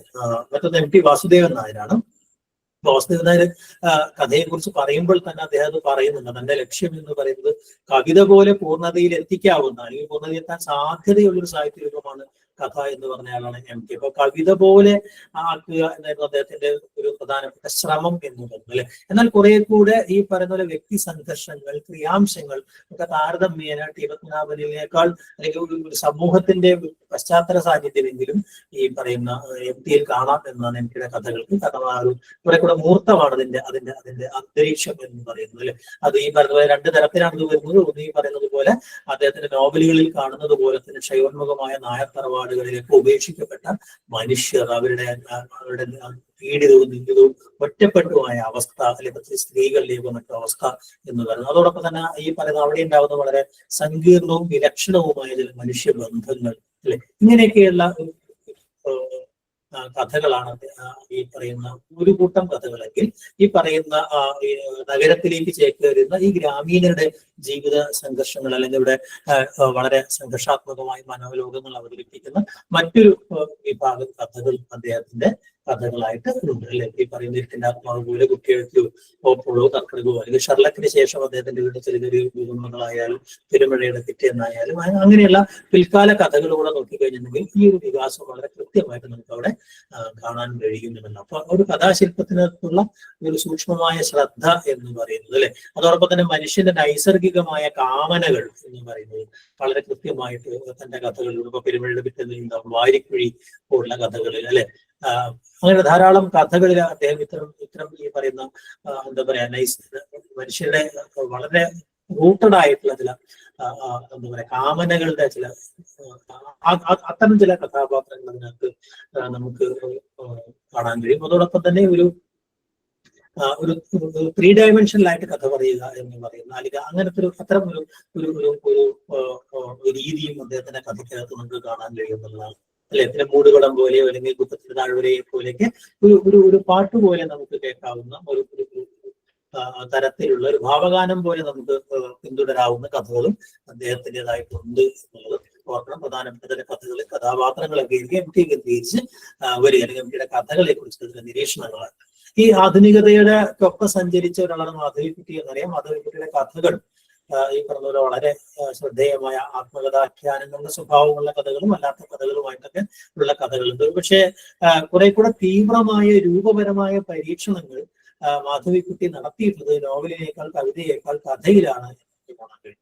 അതുകൊണ്ട് തന്നെ വളരെ എണ്ണം പറഞ്ഞ കഥകൾ, ക്ഷീണമണം പോലെയുള്ള കഥകൾ, തേപ്പായസം പോലുള്ള, കോലാട് പോലുള്ള കഥകൾ, അങ്ങനെ വളരെ ഗംഭീരമായിട്ടുള്ള ചില കഥകൾ എഴുതിയിട്ടുള്ള ആളാണ്. നോവലിനെയൊക്കെ അപേക്ഷിച്ച് മാധവിക്കുട്ടി എന്ന് പറയാൻ പറ്റും. അപ്പൊ അതുകൊണ്ട് തന്നെ ഈ ഭാവുകത്വ പരിണാമത്തിനകത്ത് ആധുനികതയിലേക്കുള്ള ഒരു വഴി അവിടെ നമുക്ക് പക്ഷിയുടെ മണം പോലുള്ള കഥകൾ നമുക്ക് കാണാൻ കഴിയും. അവിടെ ഒരൊറ്റ വ്യക്തിയിലേക്ക്, വ്യക്തികൾ തമ്മിലുള്ള സംഘർഷത്തിനേക്കാൾ ഒറ്റ വ്യക്തിയുടെ ഒരു ആന്തരിക ലോകത്ത് മറ്റുള്ളവരെ അഡ്രസ് ചെയ്യുക എന്ന രീതിയിൽ അവരുടെ വളരെ സങ്കീർണമായ മാനസിക അവസ്ഥകളിലൂടെ, മനോവ്യാപാരങ്ങളിലൂടെ പലപ്പോഴും ഈ പറഞ്ഞതുപോലെ യാഥാർത്ഥ്യം ഏത് അല്ലെങ്കിൽ മിഥ്യ ഏത് എന്ന് തിരിച്ചറിയാൻ കഴിയാത്ത തരം ആഖ്യാനങ്ങളിലൂടെയൊക്കെ കൊണ്ടുവരുന്ന സാധനം. അതോടൊപ്പം തന്നെ അവരുടെ ഈ സ്ത്രീയുടെ ലൈംഗികതയെ സംബന്ധിച്ച്, അവരുടെ അരക്ഷിതമായിട്ടുള്ള അവസ്ഥയെ സംബന്ധിച്ച് ഇത്തരം കുറേ കാര്യങ്ങൾ, അല്ലെങ്കിൽ അവരുടെ ഏറ്റവും അടിസ്ഥാനപരമായ ജീവിത കാമനകളെയൊക്കെ വളരെ ധീരമായിട്ട് കഥകളിലൂടെ ആവിഷ്കരിക്കുന്നു. അതോടൊപ്പം തന്നെ വളരെ സൂക്ഷ്മമായ മനുഷ്യബന്ധങ്ങളെ, അത് പ്രണയബന്ധമായാലും നഷ്ടങ്ങളായാലും അല്ലെങ്കിൽ വലിച്ചെറിയപ്പെട്ട അവസ്ഥയുണ്ട് എന്നുള്ള ഭാവങ്ങളെ ആവിഷ്കരിക്കുന്ന കഥകളായാലും, അല്ലെങ്കിൽ നെയ്പായസം പോലെയൊക്കെയുള്ള വളരെ സൂക്ഷ്മമായിട്ടുള്ള എന്താ പറയാ മനുഷ്യബന്ധങ്ങളും അതിന്റെ നഷ്ടങ്ങളിൽ ഇങ്ങനെ വളരെ നിസ്സഹായനായി പോകുന്ന മനുഷ്യരും, അതോടൊപ്പം തന്നെ ഈ കുട്ടികളുടെ മനസ്സ്, ഇങ്ങനെയൊക്കെയുള്ള ഒരുപാട് എലമെന്റുകൾ നമുക്ക് ഈ പറയുന്ന മാധവിക്കുട്ടിയുടെ കഥയിൽ നമുക്ക് കാണാൻ കഴിയും. ചന്ദനവനങ്ങൾ പോലെയൊക്കെയുള്ള വളരെ വ്യത്യസ്തമായിട്ടുള്ള, അല്ലെങ്കിൽ കല്യാണി, അല്ലെങ്കിൽ നരച്ചേരുകൾ പറഞ്ഞപ്പോൾ, അങ്ങനെ ധാരാളം കഥകളുടെ വളരെ വ്യത്യസ്തമായിട്ടുള്ള ഒരു കഥയുടെ മണ്ഡലത്തിൽ ആണ്. പക്ഷെ മാധവിക്കുട്ടിയുടെ പ്രതിഭ മലയാളത്തിൽ ഏറ്റവും ശക്തമായി പ്രവർത്തിച്ചത് എന്ന് പറയാൻ പറ്റും. അപ്പൊ അവരെ നമുക്ക് കാൽപ്പനികതയെന്നോ അല്ലെങ്കിൽ ആധുനികതയെന്നോ അല്ലെങ്കിൽ അത്തരം കള്ളികൾക്കൊന്നും അകത്തൊന്നും വേർതിരിച്ച് നിർത്താൻ കഴിയാത്തൊരു എഴുത്തുകാരി കൂടിയാണ് എന്ന് നമുക്കറിയാം. N.P. മുഹമ്മദും അതേപോലെയുള്ള ഒരു എഴുത്തുകാരനാണ്. അല്ലെ, അദ്ദേഹത്തെ നമുക്ക് ആധുനികതയുടെ ഒരു മണ്ഡലത്തിൽ പോലും നമുക്ക് എത്താവുന്ന രീതിയിലുള്ള വളരെ നിശ്ചിത വിമർശനമുള്ള ഒരു നോവലിനകത്ത് നമുക്ക് ചർച്ച ചെയ്തുപോലെ തന്നെയാണ്. അതോടൊപ്പം തന്നെ ബഷീറിന്റെ തുടർച്ചയിൽ അദ്ദേഹം ഈ പറയുന്ന മലബാറിലും മറ്റേ എന്താ പറയാ മുസ്ലിങ്ങളുടെ സബ് കൾച്ചറിനകത്ത് തന്നെ, എന്നാൽ അതിനകത്ത് തന്നെ ഏറ്റവും സൂക്ഷ്മമായിട്ടുള്ള വ്യക്തി ദുരന്ത ചിത്രങ്ങൾ ഇത് ചെയ്യുന്നുണ്ട്. അതോടൊപ്പം തന്നെ ക്രമേണ നമ്മുടെ കഥയ്ക്കകത്ത് ഒരു ഇന്റലക്ച്വലിസം, ഈ പറയുന്ന 60കളിൽ ആരംഭിക്കുന്ന ഒരു ദൈക്ഷണികതയുടെ ഒരു അന്തരീക്ഷം പക്ഷെ തുടക്കത്തിൽ കൊണ്ടുവരാൻ ശ്രമിച്ച ഒരാൾ കൂടിയാണ് അദ്ദേഹം. അപ്പൊ അദ്ദേഹത്തിന്റെ നിധി, ലവിൻ കുണ്ടുങ്ങൽ, അതുപോലെ പ്രസിഡന്റിന്റെ ആദ്യത്തെ മരണം എന്ന് പറയുന്ന വളരെ പ്രസിദ്ധമായിട്ടുള്ള അദ്ദേഹത്തിന്റെ കഥ, ഡീകോളനൈസേഷൻ പോലുള്ള കഥകൾ, പുരാവൃത്ത കഥകൾ, ഈ പറഞ്ഞതുപോലെ ആഖ്യാനത്തിനകത്തൊക്കെ അത്തരത്തിലെ പരീക്ഷണങ്ങളൊക്കെ ഈ പറയുന്ന ആധുനികരെ പോലെ നടത്താനുള്ള ശ്രമങ്ങളൊക്കെ നമുക്ക് ഈ N.P. മുഹമ്മദിന്റെ കഥകളിൽ കാണാൻ കഴിയും. അങ്ങനെ വളരെ വ്യത്യസ്തമായിട്ടുള്ള കാൽപ്പനികതയുടെ ഒരു ഭാഗമായിട്ട് നമ്മൾ പറയേണ്ടതില്ലാത്ത ഒരു എഴുത്തുകാരനാണ് N.P. മുഹമ്മദ്. C.V. ശ്രീരാമൻ ഈ പറഞ്ഞതുപോലെ തന്നെ കാൽപ്പനികതയുടെ ഒരു അവസാന കാലത്ത് ഈ കഥകളിലേക്ക് വരികയും, എന്നാൽ ഈ പറയുന്ന ആധുനികതാവാദത്തിന്റെ ഒരു പ്രഭാവകാലത്തും അതിന്റെ തന്നെ ഒരു അസ്തമയ കാലത്തും ഒക്കെ തന്റെ അതേ രീതിയിൽ കഥകൾ എഴുതിക്കൊണ്ട് വളരെ ഗംഭീരമായ ക്രാഫ്റ്റ്മാൻഷിപ്പിൽ വളരെ ഗംഭീരമായ കഥകൾ എഴുതികളാണ്. പ്രത്യേകിച്ച് മലയാളത്തിലെ പരീക്ഷണ സിനിമകളുടെ അല്ലെങ്കിൽ സമാന്തര സിനിമകളുടെ ഒക്കെ ആ സിനിമകൾക്കൊക്കെയും ഈ പറയുന്നത് അതിന്റെയൊക്കെ പ്രമേയമായി മാറിയത്, അതിന്റെയൊക്കെ കഥയായി മാറിയത് C.V. ശ്രീരാമന്റെ കഥകളാണ് എന്നതാണ് ഏറ്റവും ശ്രദ്ധേയമായ ഒരു കാര്യം എന്ന് പറയുന്നത്. അപ്പൊ അങ്ങനെ ധാരാളം ഈ കഥകളൊക്കെ, കാരണം അതിന്റെ ഒരു വിഷ്വൽ ആയിട്ടുള്ള അതിന്റെ ഒരു ഇന്ദ്രിയ അനുഭവം എന്ന് പറയുന്നത് വളരെ സൂക്ഷ്മമായ ഇന്ദ്രിയ അനുഭവമുള്ള കഥകളായിരുന്നു C.V. ശ്രീരാമന്റെ നമുക്കറിയാം, അല്ലെ. അപ്പൊ അതുകൊണ്ട് തന്നെ അദ്ദേഹത്തിന്റെ വാസ്തുഹാരയായാലും അല്ലെങ്കിൽ ചിദംബരം പോലുള്ള കഥകൾ, തീർത്ഥക്കാവടി എന്നുള്ള കഥ, ക്ഷുരസ്യധാര എന്ന് പറയുന്ന കഥയുണ്ട്. അതുപോലെ തന്നെ ഈശ്വരൻ കോവിലെ പശു, ഇങ്ങനെ ഒരുപാട് കഥകൾ, പാമ്പൻ പാലത്തിന് മുമ്പ് എന്ന് പറയുന്ന ഒരു കഥ, അങ്ങനെ ഇങ്ങനെ വളരെ വ്യത്യസ്തമായ ഒരു എന്താ പറയാ ഒരു കൽമണ്ഡപം പോലെ ഒരു കഥ കെട്ടി ഉണ്ടാക്കുക എന്ന് പറയുന്ന ഒരു രീതി അല്ലെ, ആ ഒരു ഈ പറയുന്ന കുട്ടിയിൽ നിന്നൊക്കെ ഉണ്ടാവുന്ന ആ ഒരു ടച്ചിന്റെ പൂർണ്ണത എന്ന് പറയുന്നത്, അതിനകത്തുള്ള കഥാത്മകത എന്ന് പറയുന്നത്, ആ കഥയ്ക്കകത്ത് കുടുങ്ങിപ്പോയ കുറച്ച് മനുഷ്യര് അല്ലെ, അവരുടെയൊക്കെ വളരെ വളരെ മൗലിക സ്വഭാവമുള്ള അല്ലെങ്കിൽ മൗലിക ഭാവമുള്ള എന്നാൽ അതിസാധാരണക്കാരായ മനുഷ്യർ എന്ന് ചിദംബരത്തിൽ കാണും. അങ്ങനെയുള്ള കുറെ മനുഷ്യരെ, മനുഷ്യൻ എത്ര വിചിത്രമായ ജീവിയാണെന്ന് നമുക്ക് തോന്നിക്കുന്ന, സുന്ദരമായ എത്ര വിചിത്രമായ ജീവിയാണെന്ന് തോന്നിപ്പിക്കുന്ന തരം കഥകൾ എഴുതിയാലാണ് CV ശ്രീരാമൻ എന്ന് പറയും. ഓക്കെ, അതോടൊപ്പം തന്നെ അദ്ദേഹം ഈ പറയുന്ന പുരോഗമന സാഹിത്യത്തിന്റെയും അല്ലെങ്കിൽ ഈ പറയുന്ന പ്രതിബദ്ധ സാഹിത്യത്തിന്റെയും ഭാഗമായി നിന്നുകൊണ്ട് വരുന്നൊരു കഥ. പക്ഷെ അതിനൊക്കെ വളരെ കൃത്യമായിട്ട് തന്നെ കഥയിലേക്ക് ആന്തരവൽക്കരിച്ചുകൊണ്ട് പ്രചാരണപരമായ എഴുത്തിൽ നിന്ന് വളരെ ശ്രദ്ധാപൂർവം മാറി നിന്ന ഒരു എഴുത്തുകാരൻ കൂടിയായിരുന്നു CV ശ്രീരാമൻ എന്നുള്ളതാണ് ശ്രീരാമനുമായി കണ്ടതിൽ നമുക്ക് പറയാവുന്ന ഒരു കാര്യം. ഇതുകൂടാതെ തന്നെ ആ കാലഘട്ടത്തിൽ ഈ പറഞ്ഞ കാൽപ്പനികതയുടെ ഭാഗമായിട്ട് ധാരാളം കഥകൾ എഴുതിയിട്ടുള്ള വളരെ ആ സമയത്ത് വളരെ പ്രോമിനന്റ് ആയ എഴുത്തുകാരൻ മോഹനും CV ശ്രീരാമനെ പോലെ തന്നെ ധാരാളം അദ്ദേഹത്തിന്റെ കഥകളൊക്കെ ഈ പറയുന്ന ടെലിഫിലിമുകളായോ സീരിയലുകളായിട്ടോ സിനിമകളായിട്ടൊക്കെ മാറിയിട്ടുള്ള വളരെ ഗംഭീരമായ ധാരാളം കഥകൾ എഴുതിയിട്ടുള്ള ആളാണ്. അതോടൊപ്പം തന്നെ ഈ പറയുന്ന വൈകാരികതയെ അതിന്റെ കുറച്ചുകൂടെ അടിത്തട്ടിലേക്ക് കൊണ്ടുപോകുന്ന, ചിലപ്പോ അത് അതിവൈകാരികതയിലേക്ക് കൃഷ്ണനായനൊക്കെ അത്ര ചില വിമർശനം അതിവൈകാരികതയിലേക്ക് അല്ലെങ്കിൽ ദുർബലമായ തരം വൈകാരികതയിലേക്ക് തന്നെ ചിലപ്പോൾ എത്തിച്ചു കൊണ്ടുപോയ എഴുത്തുകാരൻ കൂടിയാണ് N മോഹനൻ എന്നുകാരൻ അല്ലെ. ഈ പറയുന്ന അതിന്റെ കഥ എന്റെയും എന്ന് പറയുന്ന കഥ അല്ലെ. അതുപോലെ തന്നെ ഒരുതരം ഈ പറഞ്ഞ ഭയങ്കര ഏകാന്ത വിഷാദം പോലെ വളരെ സൂക്ഷ്മമായിട്ടുള്ള കഥകൾ, ഈ പറയുന്ന കൊച്ചു തിരുവേലി എന്ന് പറയുന്ന അദ്ദേഹത്തിന് വളരെ പ്രസിദ്ധമായ കഥ, ആ രീതിയിൽ തന്നെ സ്നേഹത്തിന്റെ വ്യാകരണം തുടങ്ങിയ കഥകൾ അല്ലെ. അപ്പൊ അങ്ങനെയൊക്കെയുള്ള വളരെ വ്യത്യസ്തമായിട്ടുള്ള കഥകൾ. അതുപോലെ തന്നെ ഈ പറയുന്ന എന്താ പറയാ, ഇത്തരം കുട്ടിയുടെ കഥയാണെങ്കിൽ പോലും അതിനകത്ത് ഭയങ്കര സൂക്ഷ്മമായ വ്യാപാരങ്ങളൊക്കെ ഉൾക്കൊള്ളിക്കുക എന്നൊക്കെയുള്ളത് ഈ പറയുന്ന മോഹനന്റെ ഒരു പ്രത്യേകതയാണ്. രാജലക്ഷ്മിയും വളരെ കുറച്ചു കാലം മാത്രം എഴുതി വളരെ ശക്തമായ കഥകൾ എഴുതി അങ്ങനെ ഇല്ലാതായിപ്പോയി, സ്വയം ഇല്ലാതായിപ്പോയി ഒരു എഴുത്തുകാരിയാണെന്ന് പറയാല്. ഏറ്റവും ഈ സ്ത്രീയുടെ ഒറ്റപ്പെടൽ, തന്റെ തന്നെ ആത്മാവിഷ്കാരമുള്ള കഥകളിലേക്ക് ഈ പറയുന്ന കഥയെഴുത്തുകാരി എന്ന രീതിയിൽ പീഡിപ്പിക്കപ്പെടുകയും അവമാനിക്കപ്പെടുകയും ഒറ്റയ്ക്ക് അങ്ങനെ പുറത്താക്കപ്പെടുകയും അങ്ങനെ ഇല്ലാതായി പോവുകയൊക്കെ ചെയ്യുന്ന തന്റെ തന്നെ കഥ തന്നെയാണ് പലപ്പോഴും ഈ പറയുന്ന സ്ത്രീ ജീവിതത്തിന്റെ ഏകാന്തതയെ കുറിച്ചാണ് അവിടെ പല ഈ പറയുന്ന കഥകൾ, ആത്മഹത്യ പോലുള്ള കഥകൾ അല്ലെങ്കിൽ ഈ പറയുന്ന രാജലക്ഷ്മിയുടെ പ്രധാനപ്പെട്ട കഥകളൊക്കെ ജീവിത കാമനയിൽ നിന്നാണ് ഉണ്ടാവുന്നത്. മാപ്പ് തുടങ്ങിയ കഥകളൊക്കെ അതിനകത്ത് ഉദാഹരണമായിട്ട് പറയാം. ഇത് കൂടാതെ തന്നെ നമുക്ക് ആ കാലഘട്ടത്തിൽ വരുന്ന വിഷ്ണുപുത്തൂരിനെ പോലെ ജി വിവേകാനന്ദൻ, അതുപോലെ C രാധാകൃഷ്ണൻ തുടങ്ങിയ കുറേ കഥാകൃത്തുക്കൾ, ഈ വാസുവിനെ പോലുള്ള കഥാകൃത്തുക്കളൊക്കെ ആ സമയത്ത് ഉണ്ടാവുന്നുണ്ട്. ഇന്നത്തെ പ്രധാനപ്പെട്ട ഘട്ടത്തിൽ അടിക്കാടുകൾ എന്നൊക്കെ പറയാവുന്ന രീതിയിലുള്ള കഥാകൃത്തുക്കളാണ് എന്ന് വേണമെങ്കിൽ പറയാൻ പറ്റും. അതിൽ നിന്നാണ് നമ്മൾ 60-കൾ 80-കളിലെ ഒരു ഘട്ടത്തിലേക്കുള്ള നവീന കഥയിലേക്ക് നമുക്ക് എത്തുന്നത്. നവീന കവിതയെന്നും നവീന കഥയെന്നും അത് വിളിച്ചിരുന്നു. അത്യന്താധുനിക കഥ എന്നതിനെ വിളിച്ചിട്ടുണ്ട്. അത് ഈ പറയുന്ന ആധുനികതാവാദ കഥ എന്നുള്ള രീതിയിൽ നമ്മൾ അതിനെ വിളിച്ചത്. പല പേരിലാണ് നമ്മൾ അത് വിളിച്ചിട്ട്. ആധുനികം എന്താണ് ആധുനികത എന്നുള്ള പുസ്തകത്തിന് ആധുനിക കഥ എന്നർത്ഥത്തിൽ അത് വിളിച്ചിട്ടുണ്ട് എന്ന് നമുക്കറിയാം. അപ്പൊ അതുകൊണ്ട് തന്നെ ഈ ഒരു ലോകത്തെ എല്ലായിടത്തും സംഭവിച്ചിട്ടുള്ള ഒരു സവിശേഷമായിട്ടുള്ള ദാർശനിക പദ്ധതിയുടെ ഭാഗമായിട്ട് ഇവിടെ വന്നിട്ടുള്ള ഒരു പദ്ധതി കൂടിയായിരുന്നു ഈ പറയുന്ന ആധുനികതാവാദം എന്ന് നമുക്കറിയാം അല്ലെ. അത് ഈ പറയുന്ന മുതലാളിത്തത്തിന്റെ അതിന് വലിയൊരു പ്രതിസന്ധിയിലാണ് അല്ലെ. അതോടൊപ്പം തന്നെ വലിയ യന്ത്രവൽക്കരണം, നഗരവൽക്കരണം, അപമാനവീകരണം പോലുള്ള സാധനങ്ങൾ അല്ലെ. അത് നമ്മൾ കഴിഞ്ഞാൽ അതുപോലെ തന്നെ ഏലിനേഷൻ എന്ന് പറയുന്ന ഒരവസ്ഥയുണ്ടാവും അല്ലെ. യുദ്ധമുണ്ടാക്കിയ വലിയ കെടുതികൾക്കകത്ത് ഈ പറയുന്ന വലിയ വലിയ വിശ്വസ്ത സ്ഥാപനങ്ങളൊക്കെ തകർന്നു പോകുന്നു, മതവും ദൈവവും ഒക്കെ ഇല്ലാതായി പോകുന്ന അവസ്ഥ, പ്രത്യയശാസ്ത്രങ്ങളിലും നിരാസം പോലുള്ള ചില കാര്യങ്ങൾ അല്ലെ. അതിന്റെ അരാജകവാദം, മനുഷ്യൻ ഒറ്റയായി പോവുക അല്ലെ. അങ്ങനെ ഈ പിതാവിന്റെ കൈവിട്ടു പോയ കുട്ടി എന്ന് പറയുന്നത് നിരാലംബത എന്ന് പറയുന്ന സംഗതികൾ അല്ലെ. അതോടൊപ്പം തന്നെ ഇതിനോടൊക്കെ അമർഷം, എന്നാൽ ഏറ്റവും തീവ്രമായ മൂല്യബോധം, ഏറ്റവും തീവ്രമായ ഒരു സദാചാര ബോധവും അല്ലെങ്കിൽ ധാർമ്മിക ബോധം എന്ന് പറയുന്ന ഒരു സാധനം, ഇതെല്ലാം കൂടെ ചേർന്നാണ്. അതോടൊപ്പം തന്നെ റിയലിസത്തോടും റൊമാൻറ്റിസത്തോടും ഉള്ള ഒരേപോലെയുള്ള ഒരു എതിർപ്പും ക്ലാസിക്കൽ ആയിട്ടുള്ള ഒരു എഴുത്തിനോടുള്ള ഒരു അധിനിവേശവും ഒക്കെ ചേർന്നുകൊണ്ടാണ് ഈ പറയുന്ന നവീന പ്രസ്ഥാനം ഉണ്ടാവുന്നത്, ആധുനികത പ്രസ്ഥാനം ഉണ്ടാവുന്നത് എന്ന് കാണാൻ കഴിയും. പ്രത്യേകിച്ച് അത് ഈ നഗര കേന്ദ്രിതമായിട്ടുള്ള ബുദ്ധിജീവികളുടെ എഴുത്തായിട്ടാണ് ഈ പറയുന്ന കാര്യങ്ങളൊക്കെ ഉണ്ടാവുന്നത് എന്ന് നമുക്കറിയാം അല്ലെ.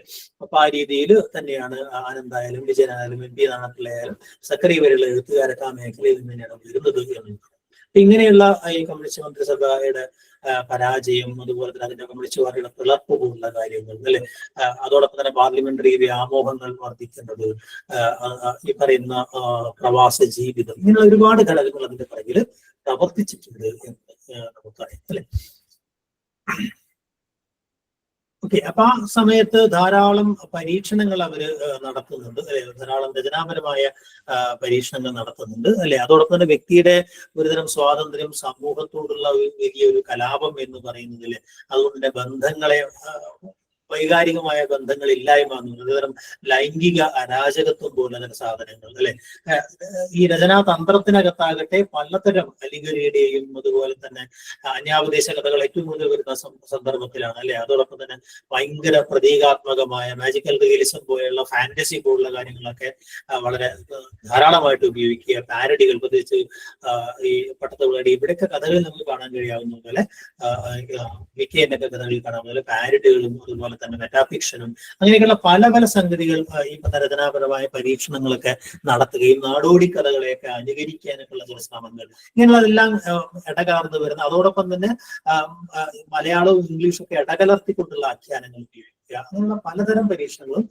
അതുപോലെ തന്നെ കഥയുടെ രൂപത്തെ പൊളിച്ചെഴുത്ത് നടക്കുകയും ഈ നേരത്തെ ഉണ്ടായിരുന്ന ഒരു കഥയുടെ ആദ്യ മധ്യാന്ത പൊരുത്തങ്ങളെയൊക്കെ തകർത്തുകൊണ്ട് ഒരുതരം അസംബന്ധ ആഖ്യാനങ്ങളായിട്ട് കഥകളെ മാറ്റാനുള്ള ശ്രമങ്ങൾ, ഇങ്ങനെയുള്ള പലതരം ശ്രമങ്ങൾ ഈ പറയുന്ന ഘട്ടത്തിൽ ഉണ്ടാവുന്നുണ്ട് എന്നുള്ളത്. അതായത് തുടക്കക്കാരൻ നേരത്തെ നമുക്ക് പറഞ്ഞതുപോലെ തന്നെ കാക്കനാടൻ തന്നെയാണ് ഈ കഥകളുടെ ലോകത്ത് ആ രീതിയിൽ അശ്വത്ഥമാവിന്റെ ചിരി പോലുള്ള അദ്ദേഹത്തിന്റെ കഥകൾ വളരെ പ്രസിദ്ധമായിട്ടുള്ള, അല്ലെങ്കിൽ യൂസഫ് സറായിലെ ചരസ് വ്യാപാരി എന്ന് പറയുന്ന കഥയുണ്ട്, പ്രവാചകൻ എന്ന് പറയുന്ന ഒരു കഥയുണ്ട്, ശ്രീചക്രം അദ്ദേഹത്തിന്റെ വളരെ പ്രസിദ്ധമായ കഥയാണ്, അഭയാർത്ഥികൾ എന്ന് പറയുന്ന കഥയുണ്ട് അല്ലെ. ഈ കഥകളിലൂടെയൊക്കെ ഈ പറയുന്ന സമൂഹത്തോടൊക്കെ ഒറ്റയ്ക്ക് എതിരിടുന്ന ഒരു വ്യക്തിയുടെ സംഘർഷങ്ങൾ എന്ന് പറയുന്നത് അല്ലെ. അതോടൊപ്പം തന്നെ പലായനത്തിന്റെ അല്ലെങ്കിൽ ഈ അലച്ചിലിന്റെ, ഒറ്റപ്പെടലിന്റെ ഒക്കെ സംഘർഷങ്ങൾ വരിക, നിലനിൽക്കുന്ന എല്ലാ സ്ഥാപനങ്ങളോടുമുള്ള ഒരു അവിശ്വാസം എന്ന് പറയുന്നത് അല്ലെ, സാമൂഹ്യ ജീവിതത്തോടുള്ള ഒരു വിരക്തിയും അതിന്റെ പൊള്ളത്തരങ്ങളെ തുറന്നു കാണിക്കുക എന്നത്, സദാചാരത്തെ തകർക്കുന്ന തര സംഗതികൾ, അതോടൊപ്പം തന്നെ ഇതിന്റെയൊക്കെ ഒരു ഭയങ്കര ശക്തമായിട്ടുള്ള വൈകാരികതയുടെ ആവിഷ്കാരം എന്ന് പറയുന്നത്, ഇങ്ങനെയൊക്കെയുള്ള വളരെ പരുഷമായ ഒരു സൗന്ദര്യം, വളരെ അക്രമാസക്തമായിട്ടുള്ള ഒരു ആഖ്യാനത്തിലൂടെ അവതരിപ്പിച്ചിട്ടുള്ള അല്ലെങ്കിൽ ഫലിപ്പിച്ചിട്ടുള്ള ഒരു എഴുത്തുകാരനാണ് കാക്കനാടൻ എന്ന് നമുക്കറിയാം അല്ലെ. ഒ വി വിജയനും ഈ കഥാഖ്യാനത്തിനകത്ത് പല തലങ്ങളിലും കാക്കനാടന്റെ ചില എലമെന്റ്സുകളൊക്കെ ഉണ്ട് എന്നറിയാം. പക്ഷെ ഒ വി വിജയന്റെ കഥകൾക്കകത്ത് പലതരം മണ്ഡലങ്ങളുണ്ട് എന്നുള്ള, അത്തരം കഥകൾ എഴുതുമ്പോൾ തന്നെ, അല്ലെങ്കിൽ പരീക്ഷണാത്മകമായിട്ട് ധാരാളം കഥകൾ അദ്ദേഹം എഴുതുമ്പോൾ തന്നെ വളരെ സൂക്ഷ്മമായ ജീവിതാഖ്യാനങ്ങൾ ഉണ്ടാവുന്ന കഥകളും അദ്ദേഹം എഴുതിയിട്ടുണ്ട് എന്നുള്ളതാണ് അദ്ദേഹത്തെ പക്ഷേ ഈ പറയുന്ന മറ്റുള്ളവരിൽ വളരെ വ്യത്യസ്തനാക്കുന്ന, ആനന്ദിൽ നിന്നും അതുപോലെ തന്നെ കാക്കനാടിൽ നിന്നൊക്കെ, മുകുന്ദനിൽ നിന്നൊക്കെ വലിയൊരളവിൽ വ്യത്യസ്തനാക്കുന്നത് അതല്ലാത്ത പലതരം കഥകളും അദ്ദേഹം എഴുതിയിട്ടുണ്ട്. പ്രത്യേകിച്ച് ഒരു ഗ്രാമീണ അന്തരീക്ഷത്തിൽ എം പി ഒക്കെ നിർത്തി വെച്ച് പോയതിൽ നിന്ന് തുടർച്ചയായിട്ട് അത്തരം അന്തരീക്ഷത്തിൽ ധാരാളം കഥകൾ അദ്ദേഹം കൊണ്ടുവരുന്നുണ്ട്. അദ്ദേഹത്തിന്റെ ആദ്യകാല കഥകൾ പ്രത്യേകിച്ച് അങ്ങനെയാണ് അല്ലെ. അങ്ങനെയുള്ള ചില സബ് കൾച്ചറിന്റെ ചില കഥകൾ കൊണ്ടുവരുന്നു അല്ലെ. ഇപ്പൊ ബോർഡർ ലാംഗ്വേജിന്റെ ചില സംഗതികൾ കൊണ്ടുവരുന്നു അല്ലെ. ഇപ്പോ വെള്ളായപ്പന്റെ കഥയൊക്കെ പറയുന്ന കടൽ തീരത്ത് പോലുള്ള കഥകൾക്കൊക്കെ അങ്ങനത്തെ സ്ഥലങ്ങളിൽ നിന്നൊക്കെയാണ് ഈ കഥാപാത്രങ്ങൾ വരുന്നത്. ചെങ്ങന്നൂർവണ്ടിയെ കുറിച്ച് മറ്റു സന്ദർഭത്തിൽ പറയണ്ടായി അല്ലെ. അത് ഈ പറഞ്ഞ ഉത്തരാധുനികതയുടെ ഒരു കഥയായിട്ട് വിലയിരുത്തപ്പെട്ട ഒരു കഥയാണ് എന്ന് പറയണ്ടായി അല്ലെ. പിന്നെ അദ്ദേഹത്തിന്റെ കഥകളിൽ വളരെ പ്രസിദ്ധമായ കഥകൾ ഈ പറയുന്ന നീണ്ട രാത്രിയുടെ ഓർമ്മയ്ക്ക്, അല്ലെങ്കിൽ ഈ അടിയന്തരാവസ്ഥയുമായി ബന്ധപ്പെട്ട് അദ്ദേഹം വേണ്ടിയിട്ടുള്ള പലതരം പ്രതീകാത്മക സ്വഭാവത്തിലുള്ള കഥകളാണ്. ഈ അരിപ്പാറപ്പുള്ള പാറകൾ എന്ന് പറയുന്ന കഥ, അല്ലെങ്കിൽ ഒരു യുദ്ധത്തിന്റെ ആരംഭം, യുദ്ധത്തിന്റെ അവസാനം, അദ്ദേഹത്തിന്റെ ആദ്യകാല കഥകൾ. ഇരിങ്ങാലക്കുട അദ്ദേഹത്തിന്റെ കഥകളിൽ വളരെ വ്യത്യസ്തമായ ഒരു കഥയാണ് ഇരിഞ്ഞാലക്കുട. അതുപോലെ ഗോവർദ്ധനം പോലെയൊക്കെയുള്ള വളരെ പരീക്ഷണാത്മകമായ കഥകൾ അല്ലെ. അപ്പൊ ആ രീതിയിലൊക്കെ ഉള്ള, പിന്നെ അദ്ദേഹത്തിന്റെ നോവലിന് പാരലായിട്ട് അദ്ദേഹത്തിന്റെ ധാരാളം കഥകളും നമുക്ക് കാണാൻ കഴിയും അല്ലെ. കടൽ തീരത്ത് പോലുള്ള ഭയങ്കര ഒരു ഭാവകാവ്യം പോലെയും നമുക്ക് തോന്നിക്കാൻ കഴിയാവുന്ന കഥ എഴുതിയ ആൾ കൂടിയാണ് ഒ വി വിജയൻ എന്നുള്ളത്. ഒ വി വിജയന്റെ കുറെ കഥകൾ, പ്രധാനപ്പെട്ട കഥകളുടെ ഓർമ്മ ഉണ്ടാവണം. മറ്റൊരാൾ ആനന്ദാണ് അല്ലെ. ആനന്ദും ഈ പറയുന്നത് പോലെ അദ്ദേഹത്തിന്റെ നോവലുകളിൽ ചെയ്തതുപോലെ ഈ പറയുന്ന കഥ എന്ന് പറയുന്ന സവിശേഷമായ ഒരു ആഖ്യാന രൂപത്തെ മുഴുവൻ പൊളിച്ചു കളയും, അതിന്റെ സാങ്കേതികത്തെ മുഴുവൻ പൊളിച്ചു കളയും. കഥയെ ഒരു ഉപന്യാസമാക്കിയിട്ടോ അല്ലെങ്കിൽ ഒരു ചരിത്രാഖ്യാനമാക്കിയിട്ടോ പലപ്പോഴും സംവാദമാക്കിയിട്ടോ അന്വേഷണമാക്കിയിട്ടൊക്കെ മാറ്റുന്ന ഒരു കഥാകാരനാണ്. അതുകൊണ്ട് അദ്ദേഹത്തെ പല കഥകളാണെന്ന് പോലും നമുക്കറിയാം. കഥയില്ലായ്മകൾ പല ആളുകൾ അങ്ങനെ വിമർശിച്ചിട്ടുണ്ട്. കഥയ്ക്ക് ചില സംഭവങ്ങൾ വേണം എന്നൊരു വാശിയില്ലാതിരുന്ന ആളാണ് എന്ന് നമുക്കറിയാം. അദ്ദേഹത്തിന് ചില ആലോചനകൾ, ദാർശനികമായ ആലോചനകൾ, എന്നാൽ സൂക്ഷ്മമായ കഥകളുള്ള കഥകളും അദ്ദേഹം എഴുതിയിട്ടുണ്ട്. ഇപ്പൊ പൂജ്യം, അതുപോലെ തന്നെ നാലാമത്തെ ആണി വളരെ പ്രസിദ്ധമായ കഥയാണ് നമുക്കറിയാം അല്ലെ.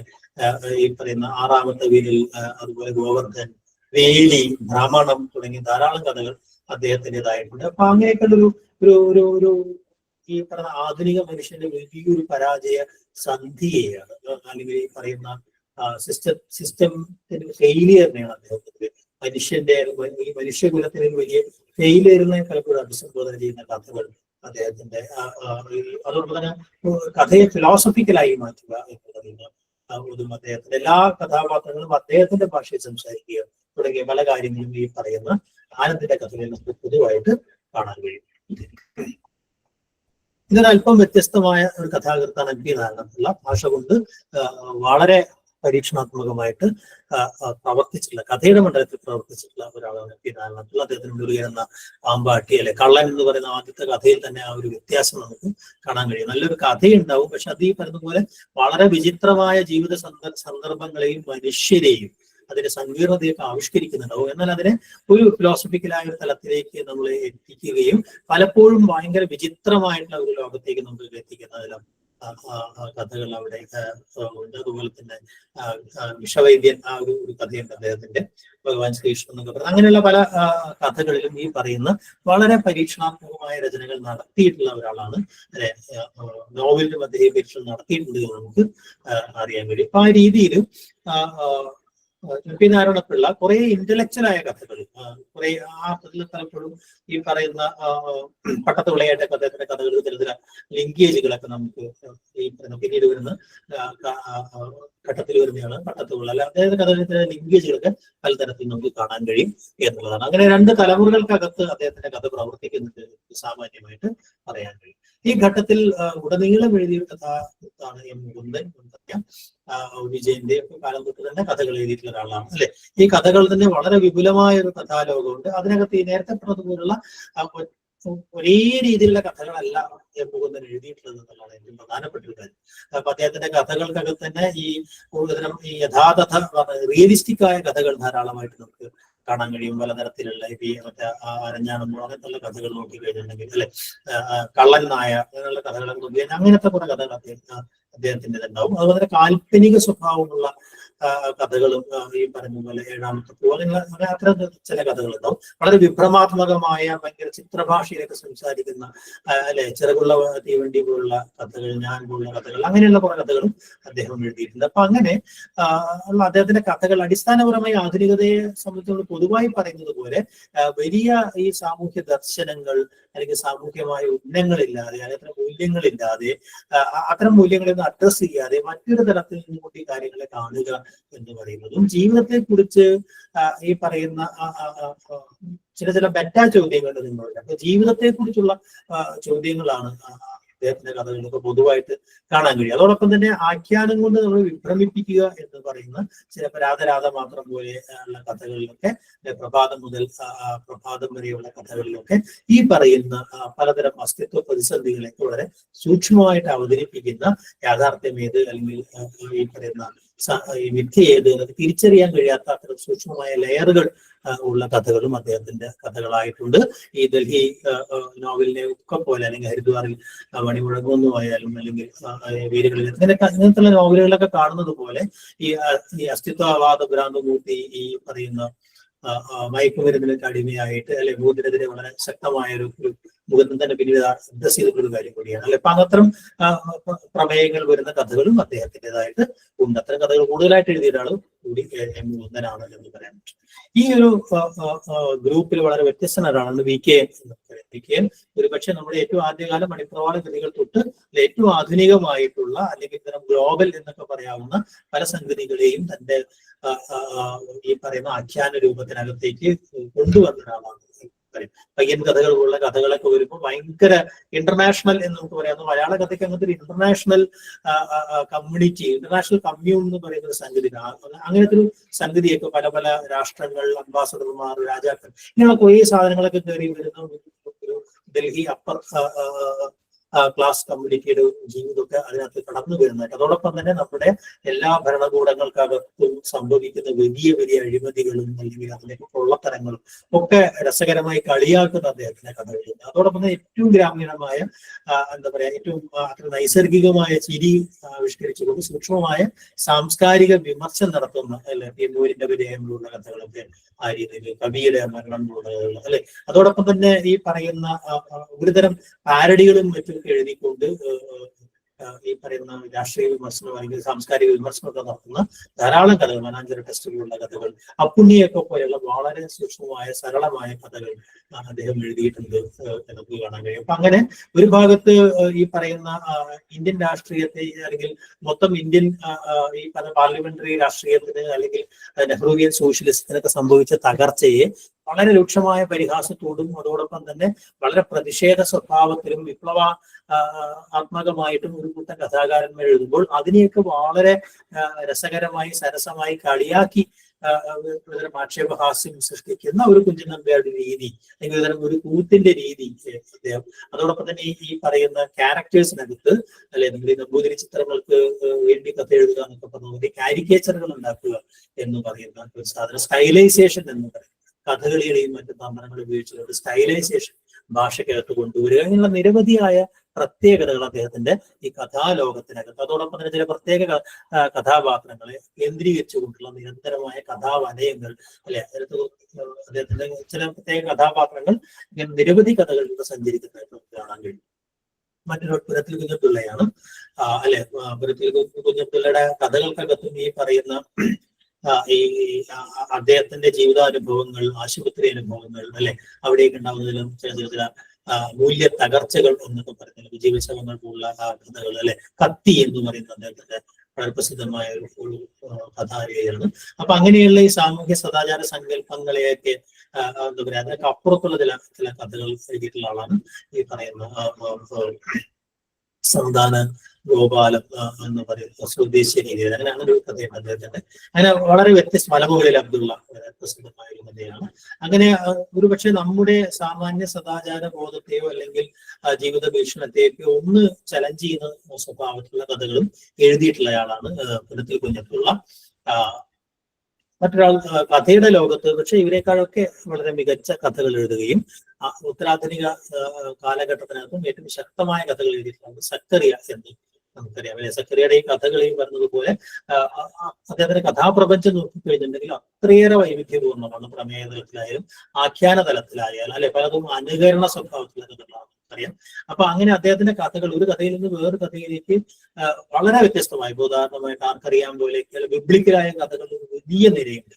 അതിനകത്തിന് ഭയങ്കര അതിന്റെ തന്നെ ഭാഷ ഉപയോഗിച്ചിട്ടുള്ള അത്ര അനുഭവം നൽകുന്ന കഥകളുണ്ട്. എന്നാൽ അതിനെയൊക്കെ വളരെ ചെറിയ പരിഹാസത്തോടു കൂടി അവതരിപ്പിക്കുന്ന കഥകളും ധാരാളമായിട്ട് അദ്ദേഹം എഴുതിയിട്ടുണ്ട്. അതോടൊപ്പം തന്നെ ഏറ്റവും ഗ്രാമീണമായ കഥകൾ എഴുതുന്നു, നഗരകേന്ദ്രിതമായ കഥകൾ എഴുതുന്നു, അങ്ങനെ പലതരം കഥകൾ. അതോടൊപ്പം തന്നെ ഈ പഞ്ചതന്ത്രം കഥകളെ പോലെയൊക്കെയുള്ള അത്ര ചില നാടോടി കഥകളുടെ ഘടനയിലുള്ള കഥകൾ അദ്ദേഹം പല ദൂരിടത്തുള്ള കഥകൾ, അതുപോലെ തന്നെ യേശുപുരം പബ്ലിക് ലൈബ്രറിയെ കുറിച്ചുള്ള അങ്ങനെയുള്ള വളരെ ഗംഭീരമായ കഥകൾ, വളരെ പരീക്ഷണ സ്വഭാവമുള്ള എന്നാൽ ലോക സാഹിത്യത്തിനകത്ത് നമ്മൾ നേരത്തെ പരിചയിച്ചിട്ടുള്ള ചില കഥകളുടെ തന്നെ ചില രൂപങ്ങൾ അദ്ദേഹം കൊണ്ടുവരുന്നുണ്ട് അല്ലെ.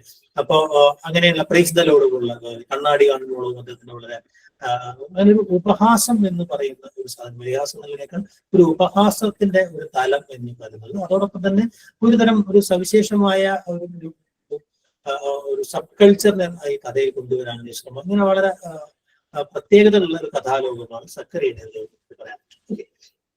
ഇതുകൂടാതെ ഈ സമയത്ത് ഉണ്ടാകുന്ന വളരെ പ്രധാനപ്പെട്ട ആളുകൾ ധാരാളം പേരുണ്ട്. അതിനകത്തൊക്കെ സേതു ഒരു വളരെ പ്രധാനപ്പെട്ട നോവലിലേതുപോലെ തന്നെ കുറെ കൂടെ ഈ പരീക്ഷണാത്മകമായ കഥകൾ എഴുതുമ്പോഴും കുറെ കൂടെ മാനുഷിക ഭാവങ്ങൾ അല്ലെങ്കിൽ ആത്മാവിഷ്കാരമൊക്കെ വരുന്ന സ്ഥാനം അല്ലെ, വളരെ വളരെ മൗലികമായ ഒരു ആഖ്യാനം കൊണ്ടുവന്നതാണ് സേതു അല്ലെ, എഴുത്ത് കൂടാരങ്ങൾ, 9-ാം നമ്പറിലെ ജാരൻ എന്ന് പറയുന്ന അല്ലെ, തലമുറകൾ, അങ്ങനെ കുറെ കഥകളൊക്കെ എഴുതിയ ആളാണ് സേതു.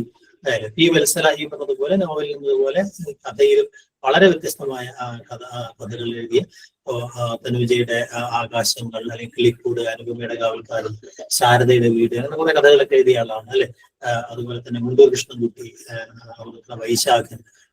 അപ്പൊ ഇവിടെയൊക്കെ കഥകളൊക്കെ ഈ പറയുന്നത് പോലെ വളരെ വ്യത്യസ്തമായ കഥകളാണ് എന്ന് നമുക്ക് പറയാൻ പറ്റും.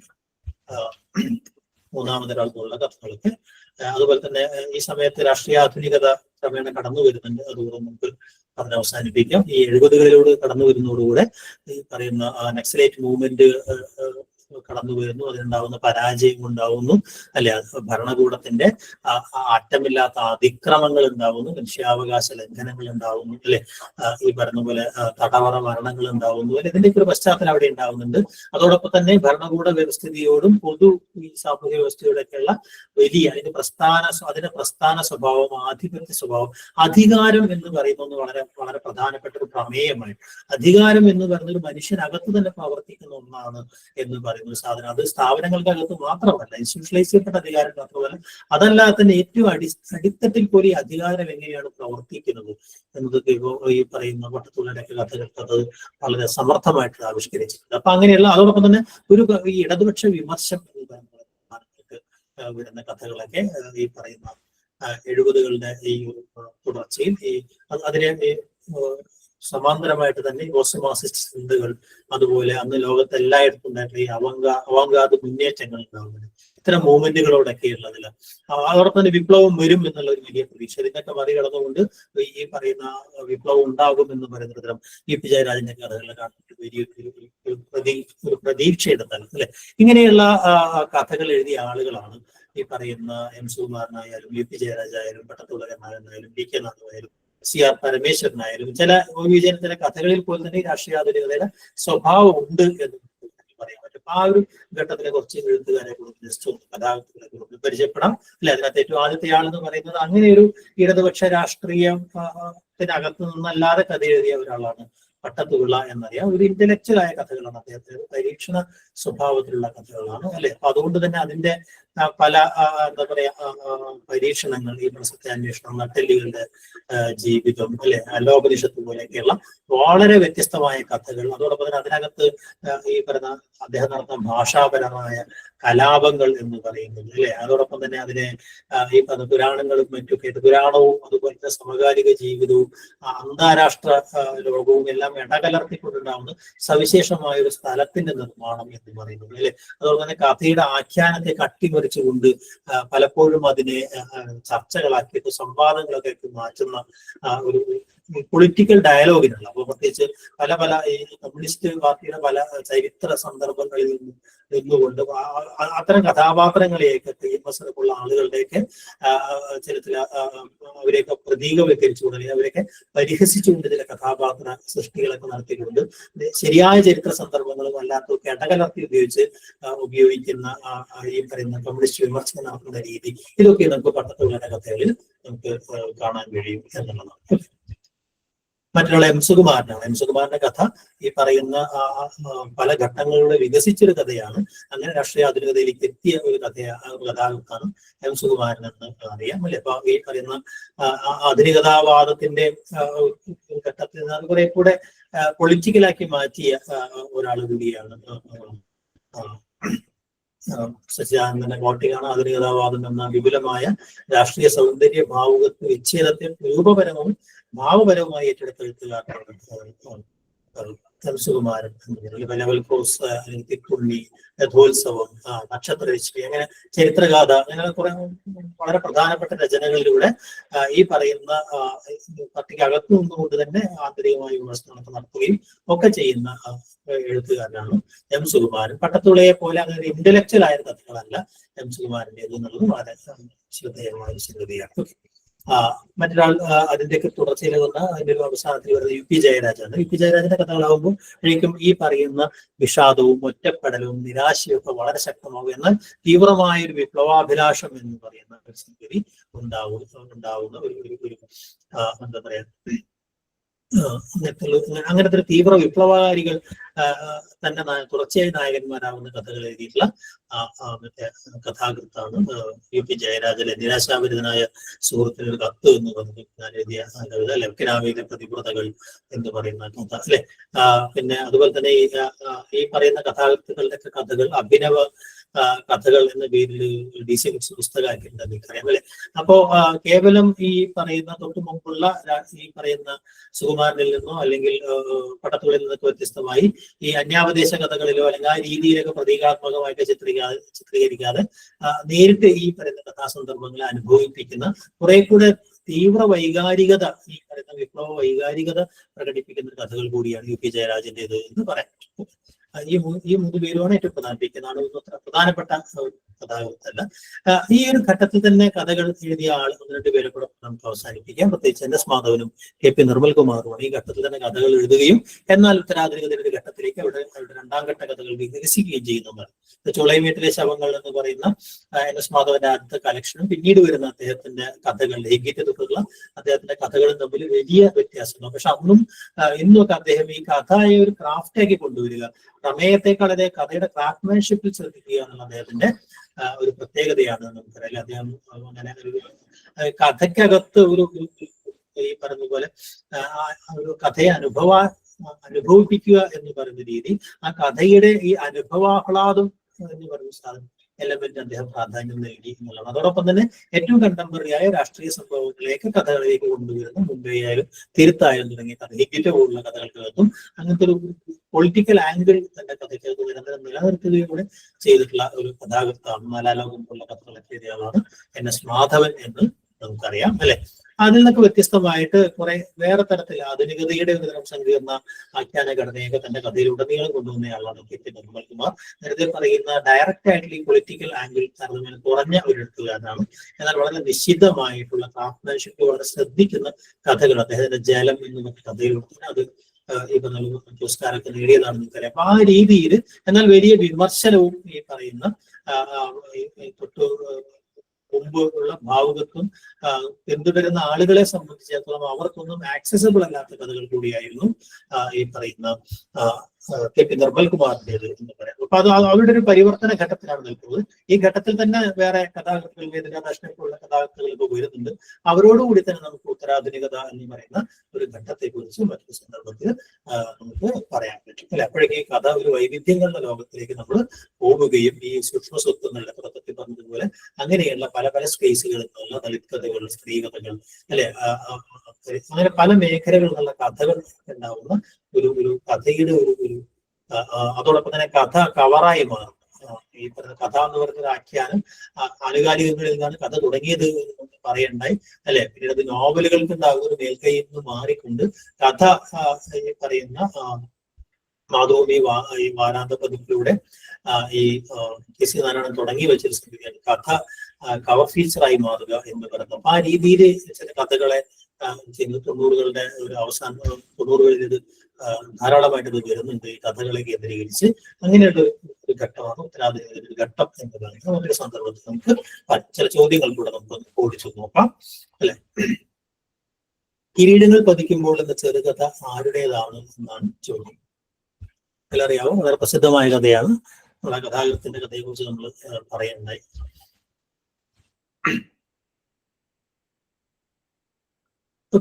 UP ജയരാജന്റെ കഥയാണ് കിരീടങ്ങൾ പതിക്കുമ്പോൾ എന്ന് പറയുന്ന കഥ.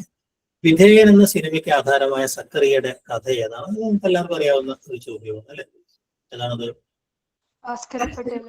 ഈ 4 കഥകളും സക്കറിയുടെ കഥകളിൽ വളരെ പ്രധാനമാണ്. അതുപോലെ ഒരിടത്തും ആർക്കറിയാം സക്കറിയുടെ ഏറ്റവും പ്രധാനപ്പെട്ട 4 കഥകൾ എടുത്തു കഴിഞ്ഞാൽ ഈ കഥകൾ നമുക്ക് പറയാൻ പറ്റും. ഈ കഥകളൊക്കെ ഓപ്ഷൻസ് അങ്ങനെ ഇട്ടിരുന്നത് കഥകളൊക്കെ ഏതെങ്കിലും തരത്തിൽ ആ പേരുകൾ ഓർമ്മയുണ്ടാവണം അല്ലെ. നിർമാല്യം എന്ന ഇതും ഈ പറഞ്ഞതുപോലെ MTയുടെ കഥകൾ തന്നെ ഓപ്ഷൻസ് ആയിട്ട് വന്നിരിക്കുന്നു. പെട്ടെന്ന് തെറ്റാൻ സാധ്യതയുള്ള ഒരു ചോദ്യം കൂടിയാണ് ഇതല്ലേ. നിർമാല്യം എന്ന സിനിമയ്ക്ക് ആധാരമായ MTയുടെ ചെറുകഥ ഏതാണ്? ഇത് സിനിമയായ മറ്റു കഥകളും അതിനകത്തുണ്ട്, നമുക്കറിയാം അല്ലെ. ഏതാണ്?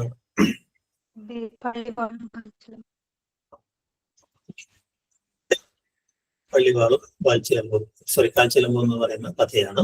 100 വർഷം 100 കഥ എന്ന് പറഞ്ഞ കളക്ഷനിലെ ഈ പറയുന്ന 2000 സമയത്ത് വന്നുള്ള വളരെ പ്രധാനപ്പെട്ട വർക്കാണ് 100 കഥകളുടെ സെലക്ഷൻ ഉണ്ടായത് അല്ലെ.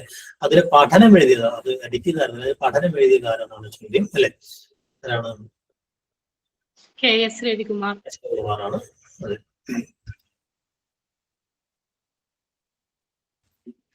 കാരൂർ കഥകളെ മന്ദസ്മിത പ്രസ്ഥാനം എന്ന് വിളിച്ചത് ആരാണ് എന്നാണ് ചോദ്യം. കാരൂർ കഥകൾക്ക് മന്ദസ്മിത പ്രസ്ഥാനം എന്ന് വിശേഷിപ്പിച്ചത് ആര്? CJ അത് പ്രസിദ്ധമായ പ്രയോഗമാണ്. എടുത്തു പറയത്തക്ക ഒന്നും തന്നെ ഈ കഥയിലില്ല. ഇതിലെ കഥാപാത്രം കഥ എഴുതുന്നത് VP ശിവകുമാർ തന്നെയാണ്. ഒരു കോളേജ് ലെക്ചർ എന്ന് തുടങ്ങുന്ന കഥ ഏതാണ്? VP ശിവകുമാറും നമ്മൾ നേരത്തെ പറഞ്ഞ ആധുനികതയുടെ കഥത്തിൽ വളരെ വ്യത്യസ്തമായ കഥകൾ എഴുതിയിട്ടുള്ള അല്ലെ, പാര പോലെയൊക്കെയുള്ള അതിഗംഭീരമായ കഥകൾ എഴുതിയിട്ടുള്ളതാണ്. അതുപോലെ തന്നെ പ്രസിദ്ധമായ കഥയാണ് മന്ത്. ആ കഥ ഇതിലെ വരികളാണെന്ന്. രമണന് പാരടി എഴുതിയ കഥാകാരി ആരാണ് എന്നാണ് അറിയാവോ? സരസ്വതി അമ്മയാണ് പാരടി എഴുതിയത് അല്ലെ. ഇത് നിങ്ങൾക്ക് എല്ലാവർക്കും അറിയാവുന്ന ചോദ്യമാണ് അല്ലെ. ചൊല്ലിയാറ്റ് എന്നുള്ള കഥാപാത്രത്തെ കേട്ടാൽ തന്നെ ഏതാണ് കഥ എന്ന് നിങ്ങൾക്ക് മനസ്സിലാവും അല്ലെ. ഇപ്പൊ അങ്ങനെയുള്ള ചില ഉദ്ധരണികൾ വെച്ചുകൊണ്ട് തന്നെ ചില ചോദ്യങ്ങൾ വരാം അല്ലെ. ഏത് കഥയിൽ നിന്നാണ് എന്നുള്ള ഉത്തരം. പക്ഷെ ആവേശത്തിൽ നമ്മൾ തെറ്റിക്കാൻ പാടില്ല. ഈ പറയുന്ന കഥകളൊക്കെയും അദ്ദേഹം 4 രാഷ്ട്രീയ സന്ദർഭങ്ങളെ മുൻനിർത്തി എഴുതിയ കഥകളാണ്. അതുകൊണ്ടാണ് അത് ഓപ്ഷൻസ് അല്ലേ. മുംബൈ എന്ന് പറയുന്നത്. അപ്പൊ ഓരോ രാഷ്ട്രീയ സംഭവങ്ങളും എന്തായിരുന്നു എന്ന് ഉള്ള ചോദ്യവും വരാം. മുംബൈയെ ഈ പറയുന്നതുപോലെ എന്താണ് ആ കഥയ്ക്ക് പിറകിലുള്ള ഈ പറയുന്ന പൗരത്വവുമായി ബന്ധപ്പെട്ടുള്ള കഥ അല്ലെ. തിരുത്ത് എന്ന് പറയുന്ന ബാബറി മസ്ജിദുമായി ബന്ധപ്പെട്ട കഥ അല്ലെ. ഈ കമ്മ്യൂണിസ്റ്റ് സോവിയറ്റ് റഷ്യയുടെ തകർച്ചയുമായി ബന്ധപ്പെട്ട 4ാം ലോകം, ഇന്ദിരാഗാന്ധിയുടെ മരണവും അല്ലെ, അതുമായി ബന്ധപ്പെട്ട കൂട്ടക്കൊലയുമായി ബന്ധപ്പെട്ട വൻമരങ്ങൾ വീഴുമ്പോൾ എന്നുള്ള കഥ അല്ലെ. അപ്പൊ ആ കഥകളൊക്കെ ഏതെങ്കിലും സംഭവങ്ങളുമായി ബന്ധപ്പെട്ടതായിരിക്കും. അപ്പൊ അങ്ങനെയും ചിലപ്പോൾ നമുക്ക് ചോദ്യങ്ങൾ വരാം.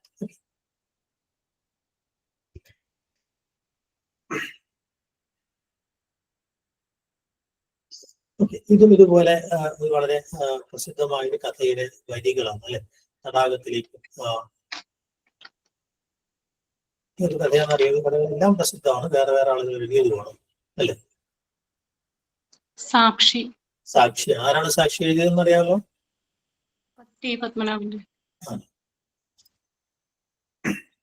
അപ്പൊ ഈ കഥകളിലൊക്കെ ആരാ എഴുതിയെന്ന് മനസ്സിൽ ഇങ്ങനെ ഓർമ്മയുണ്ടാവും അല്ലെ. ഇത് 4 നായക്കഥകളാണ് അല്ലെ. 4 നായക്കഥകളാണ് എന്നുള്ളത് അല്ലെ. അതിനകത്ത് ഏത് കഥയിൽ നിന്നാണ് ഈ വരി എന്നാണ് അല്ലെ. വെള്ളപ്പൊക്കത്തിൽ ടൈഗർ അല്ലെ. വെള്ളപ്പൊക്കത്തിൽ ഈ 4 കഥകളും ആരെഴുതിയതാണെന്നും അല്ലെങ്കിൽ അങ്ങനെ നായയുടെ കഥകളും അല്ലെങ്കിൽ വ്യത്യാസം അല്ലെ, അങ്ങനെയുള്ള ചോദ്യങ്ങൾ വരാം. അപ്പൊ ഈ 4 കഥകളും വളരെ ശ്രദ്ധേയമായ കഥകളാണ്. നമുക്കത് ഓർമ്മയുണ്ടാവണം. അടുത്തതും ഒരു ഉദ്ധരണിയാണ് അല്ലെ. ഞാൻ നിന്റെ അടുത്ത് പല പ്രാവശ്യം വന്നിട്ട് വളരെ പ്രസിദ്ധമായിട്ടുള്ള കഥയാണ് അല്ലെ. പ്രസിദ്ധമായ കഥയാണ്.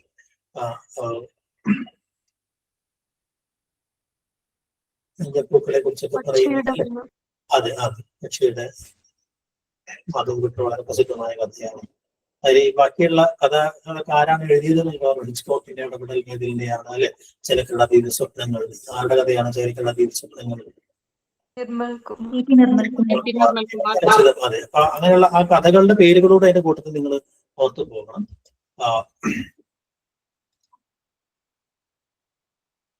ഓക്കെ, പ്രപഞ്ചത്തിന്റെ അവശിഷ്ടങ്ങൾ എന്ന ചെറുകഥ രചിച്ചത് ആര് എന്ന് അല്ലെ. സക്കറിയുടെ കഥയാണ്.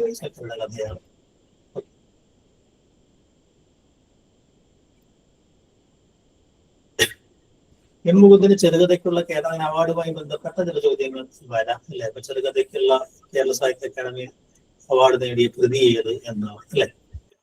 ഹൃദയായ ഒരു പെൺകുട്ടി എന്ന് പറയുന്ന കൃതിക്കാണ് കിട്ടിയിട്ടുള്ളത് അല്ലെ. മരിച്ചിട്ടില്ലാത്തവരുടെ സ്മാരകങ്ങൾ നിങ്ങൾക്ക് എല്ലാവർക്കും അറിയാവുന്ന ഒരു ചോദ്യമാണ് അല്ലെ. ആരുടേതാണത്? സുകുമാരൻ്റെതാണ്. സസ്പെൻസിനൊക്കെ തന്നെ കടക്കുന്നുണ്ട്. വെള്ളായപ്പൻ ഏത് കഥയിൽ നിന്നുള്ള കഥാപാത്രമാണ്? കടൽ തീരത്ത്. കടൽ തീരത്തിൽ ഉള്ള കഥയാണ്. ചെറുകഥാ പ്രസ്ഥാനത്തെ പറ്റി കഥയുടെ കഥ എന്ന് പറയുന്ന പുസ്തകം എഴുതാനാണ്. കഥ തേടുന്ന കഥയുണ്ടായിരുന്നു മലയാളത്തിലെ പല പല പേരുകളിൽ നിന്നുള്ളത്. അതേപോലെ തന്നെ കവിത ഇതുപോലെ കവിത എഴുതാതെ വളരെ വ്യത്യസ്തമായ പുസ്തകങ്ങൾ ഉണ്ടായിട്ടുണ്ട്. കഥയുടെ കഥ എന്ന് പറയുന്ന പുസ്തകം എഴുതിയതാരാണ്? എസ് രവികുമാറാണ്. കഥയെക്കുറിച്ച് ഏറ്റവും കൂടുതൽ പഠനങ്ങൾ എഴുതിയിട്ടുള്ള ആളാണ് നമുക്കറിയാം. വാഗൺ യാത്ര എന്ന് പറയുന്നത് ഒരു നോവലാണ്, ചെറുകഥാ സമാഹാരമാണ്, യാത്രാവിവരണമാണ്, അനുഭവക്കുറിപ്പാണ്. നമ്മൾ പെട്ടെന്ന് തെറ്റിക്കാനുള്ള ഒരു കഥയാണ്. ചെറുകഥ ഭാഗമായതുകൊണ്ട് നമുക്ക് ഈ ഒരു കോണ്ടക്സ്റ്റിലാവുമ്പോൾ നമുക്ക് ഓർമ്മ വരും. പരീക്ഷയ്ക്ക് നമുക്ക് ഓർമ്മ. അതിൽ എൻ പ്രഭാകരന്റെ കഥാസമാഹാരത്തിന്റെ പേരാണ് വാഗൺ യാത്ര എന്നുള്ളത്. ഡൽഹി 1981 വളരെ പ്രസിദ്ധമായ ഒരു കഥയാണ് അല്ലെ. അത് എഴുതിയത് ആരാണ് എന്നതാണ് അല്ലെ. എല്ലാവരും ശംഭുഗത്തിന്റെ കഥയാണ്. അതെ. മലയാളത്തിൽ ആദ്യമായി പട്ടാള കഥകൾ രചിച്ചത് ആര് എന്നാണ് അല്ലെ. അത് പറയണ്ടായി. രാമൻ നായരാണ് അത് ഈ പറയുന്ന കഥകൾ എഴുതിയ ആള്. കാരൂരിന്റെ കൃതികളിലെ വിഷാദം ആസന്നമായ സാമുദായിക വിപ്ലവത്തിന്റെ മുന്നോടിയാണ് എന്ന് നിരീക്ഷിച്ചതാണ്? കേസരി ബാലകൃഷ്ണൻ. കേസരി ബാലകൃഷ്ണത്തിലെയാണ്. അത്തരം ചില കമന്റുകൾ അല്ലെങ്കിൽ ചില നിരീക്ഷണങ്ങൾ ചിലപ്പോൾ ചോദിക്കും. അത് നിരൂപണത്തിനും ചോദിക്കാം, അല്ലെങ്കിൽ ഇങ്ങോട്ട് ചോദിക്കും. വിപ്ലവത്തോടുള്ള തീക്ഷ്ണമായ അഭിനിവേശവും ജീർണമായ ഇടതുപക്ഷ രാഷ്ട്രീയവും പ്രമേയവൽക്കരിച്ച കഥാകാരനാണ് എന്നാണ് ഈ പറഞ്ഞതിനകത്ത്. അത്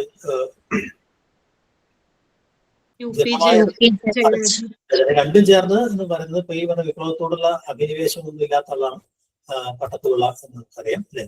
കെ ആർ മോഹനന്റെ പുരുഷാർത്ഥം എന്ന സിനിമയ്ക്ക് ആധാരമായ ചെറുകഥ ആരുടേതാണ് എന്ന് അല്ലെ. ഇതെല്ലാം മറ്റ കഥാകൃത്തിന്റെ കഥയാണ് അല്ലെ. ആരുടെ കഥകളാണ് ഇതൊക്കെ? സി വി ശ്രീരാമന്റെ കഥകളാണ് അല്ലെ. അദ്ദേഹത്തിന്റെ ഇരിക്കപ്പിണ്ടം എന്ന് പറയുന്ന കഥയെ ആസ്പദമാക്കിയിട്ടാണ് സംസ്ഥാന അവാർഡൊക്കെ കിട്ടിയിട്ടുള്ള പുരുഷാർത്ഥം എന്ന് പറയുന്ന സിനിമ ഉണ്ടായത്. അവൾ പലരെയും ആകർഷിച്ചു, പലരെയും വെറുപ്പിച്ചു. ഇങ്ങനെ ആരംഭിക്കുന്ന കഥ ഏതാണ് എന്നാണ്. അത് കഥകളൊക്കെ തമ്മിൽ ബന്ധം എന്താണെന്ന് എനിക്കറിയാം അല്ലെ. ഏതാണ് കഥ? രമണി. ജോർജ് ആറാമിന്റെ കോടതി എന്ന കഥ രചിച്ചതാര് എന്നാണ് ചോദ്യം.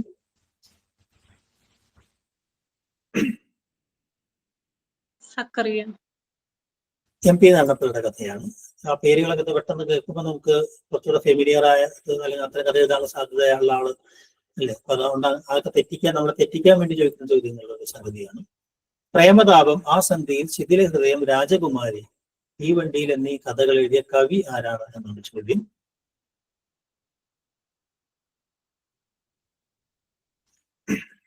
ചങ്ങമ്പുഴയാണ് അല്ലെ. ചങ്ങമ്പുഴയാണ് അതിന് ഉത്തരം. ചങ്ങമ്പുഴയുടെ കഥകളാണ്. അങ്ങനെ കവികൾ എഴുതിയ കഥകൾ, കഥാകൃത്തുക്കളുടെ കഥകൾ, അങ്ങനെയുള്ള ചോദ്യങ്ങളും വരും. ഓക്കെ, എന്തായാലും കുറച്ച് ചോദ്യങ്ങൾ പറഞ്ഞു. നമുക്കിനി തൊട്ടടുത്ത മോഡ്യൂളിലേക്ക് നമുക്ക് അടുത്ത ക്ലാസ്സിൽ പോവാം. ഇതിന്റെ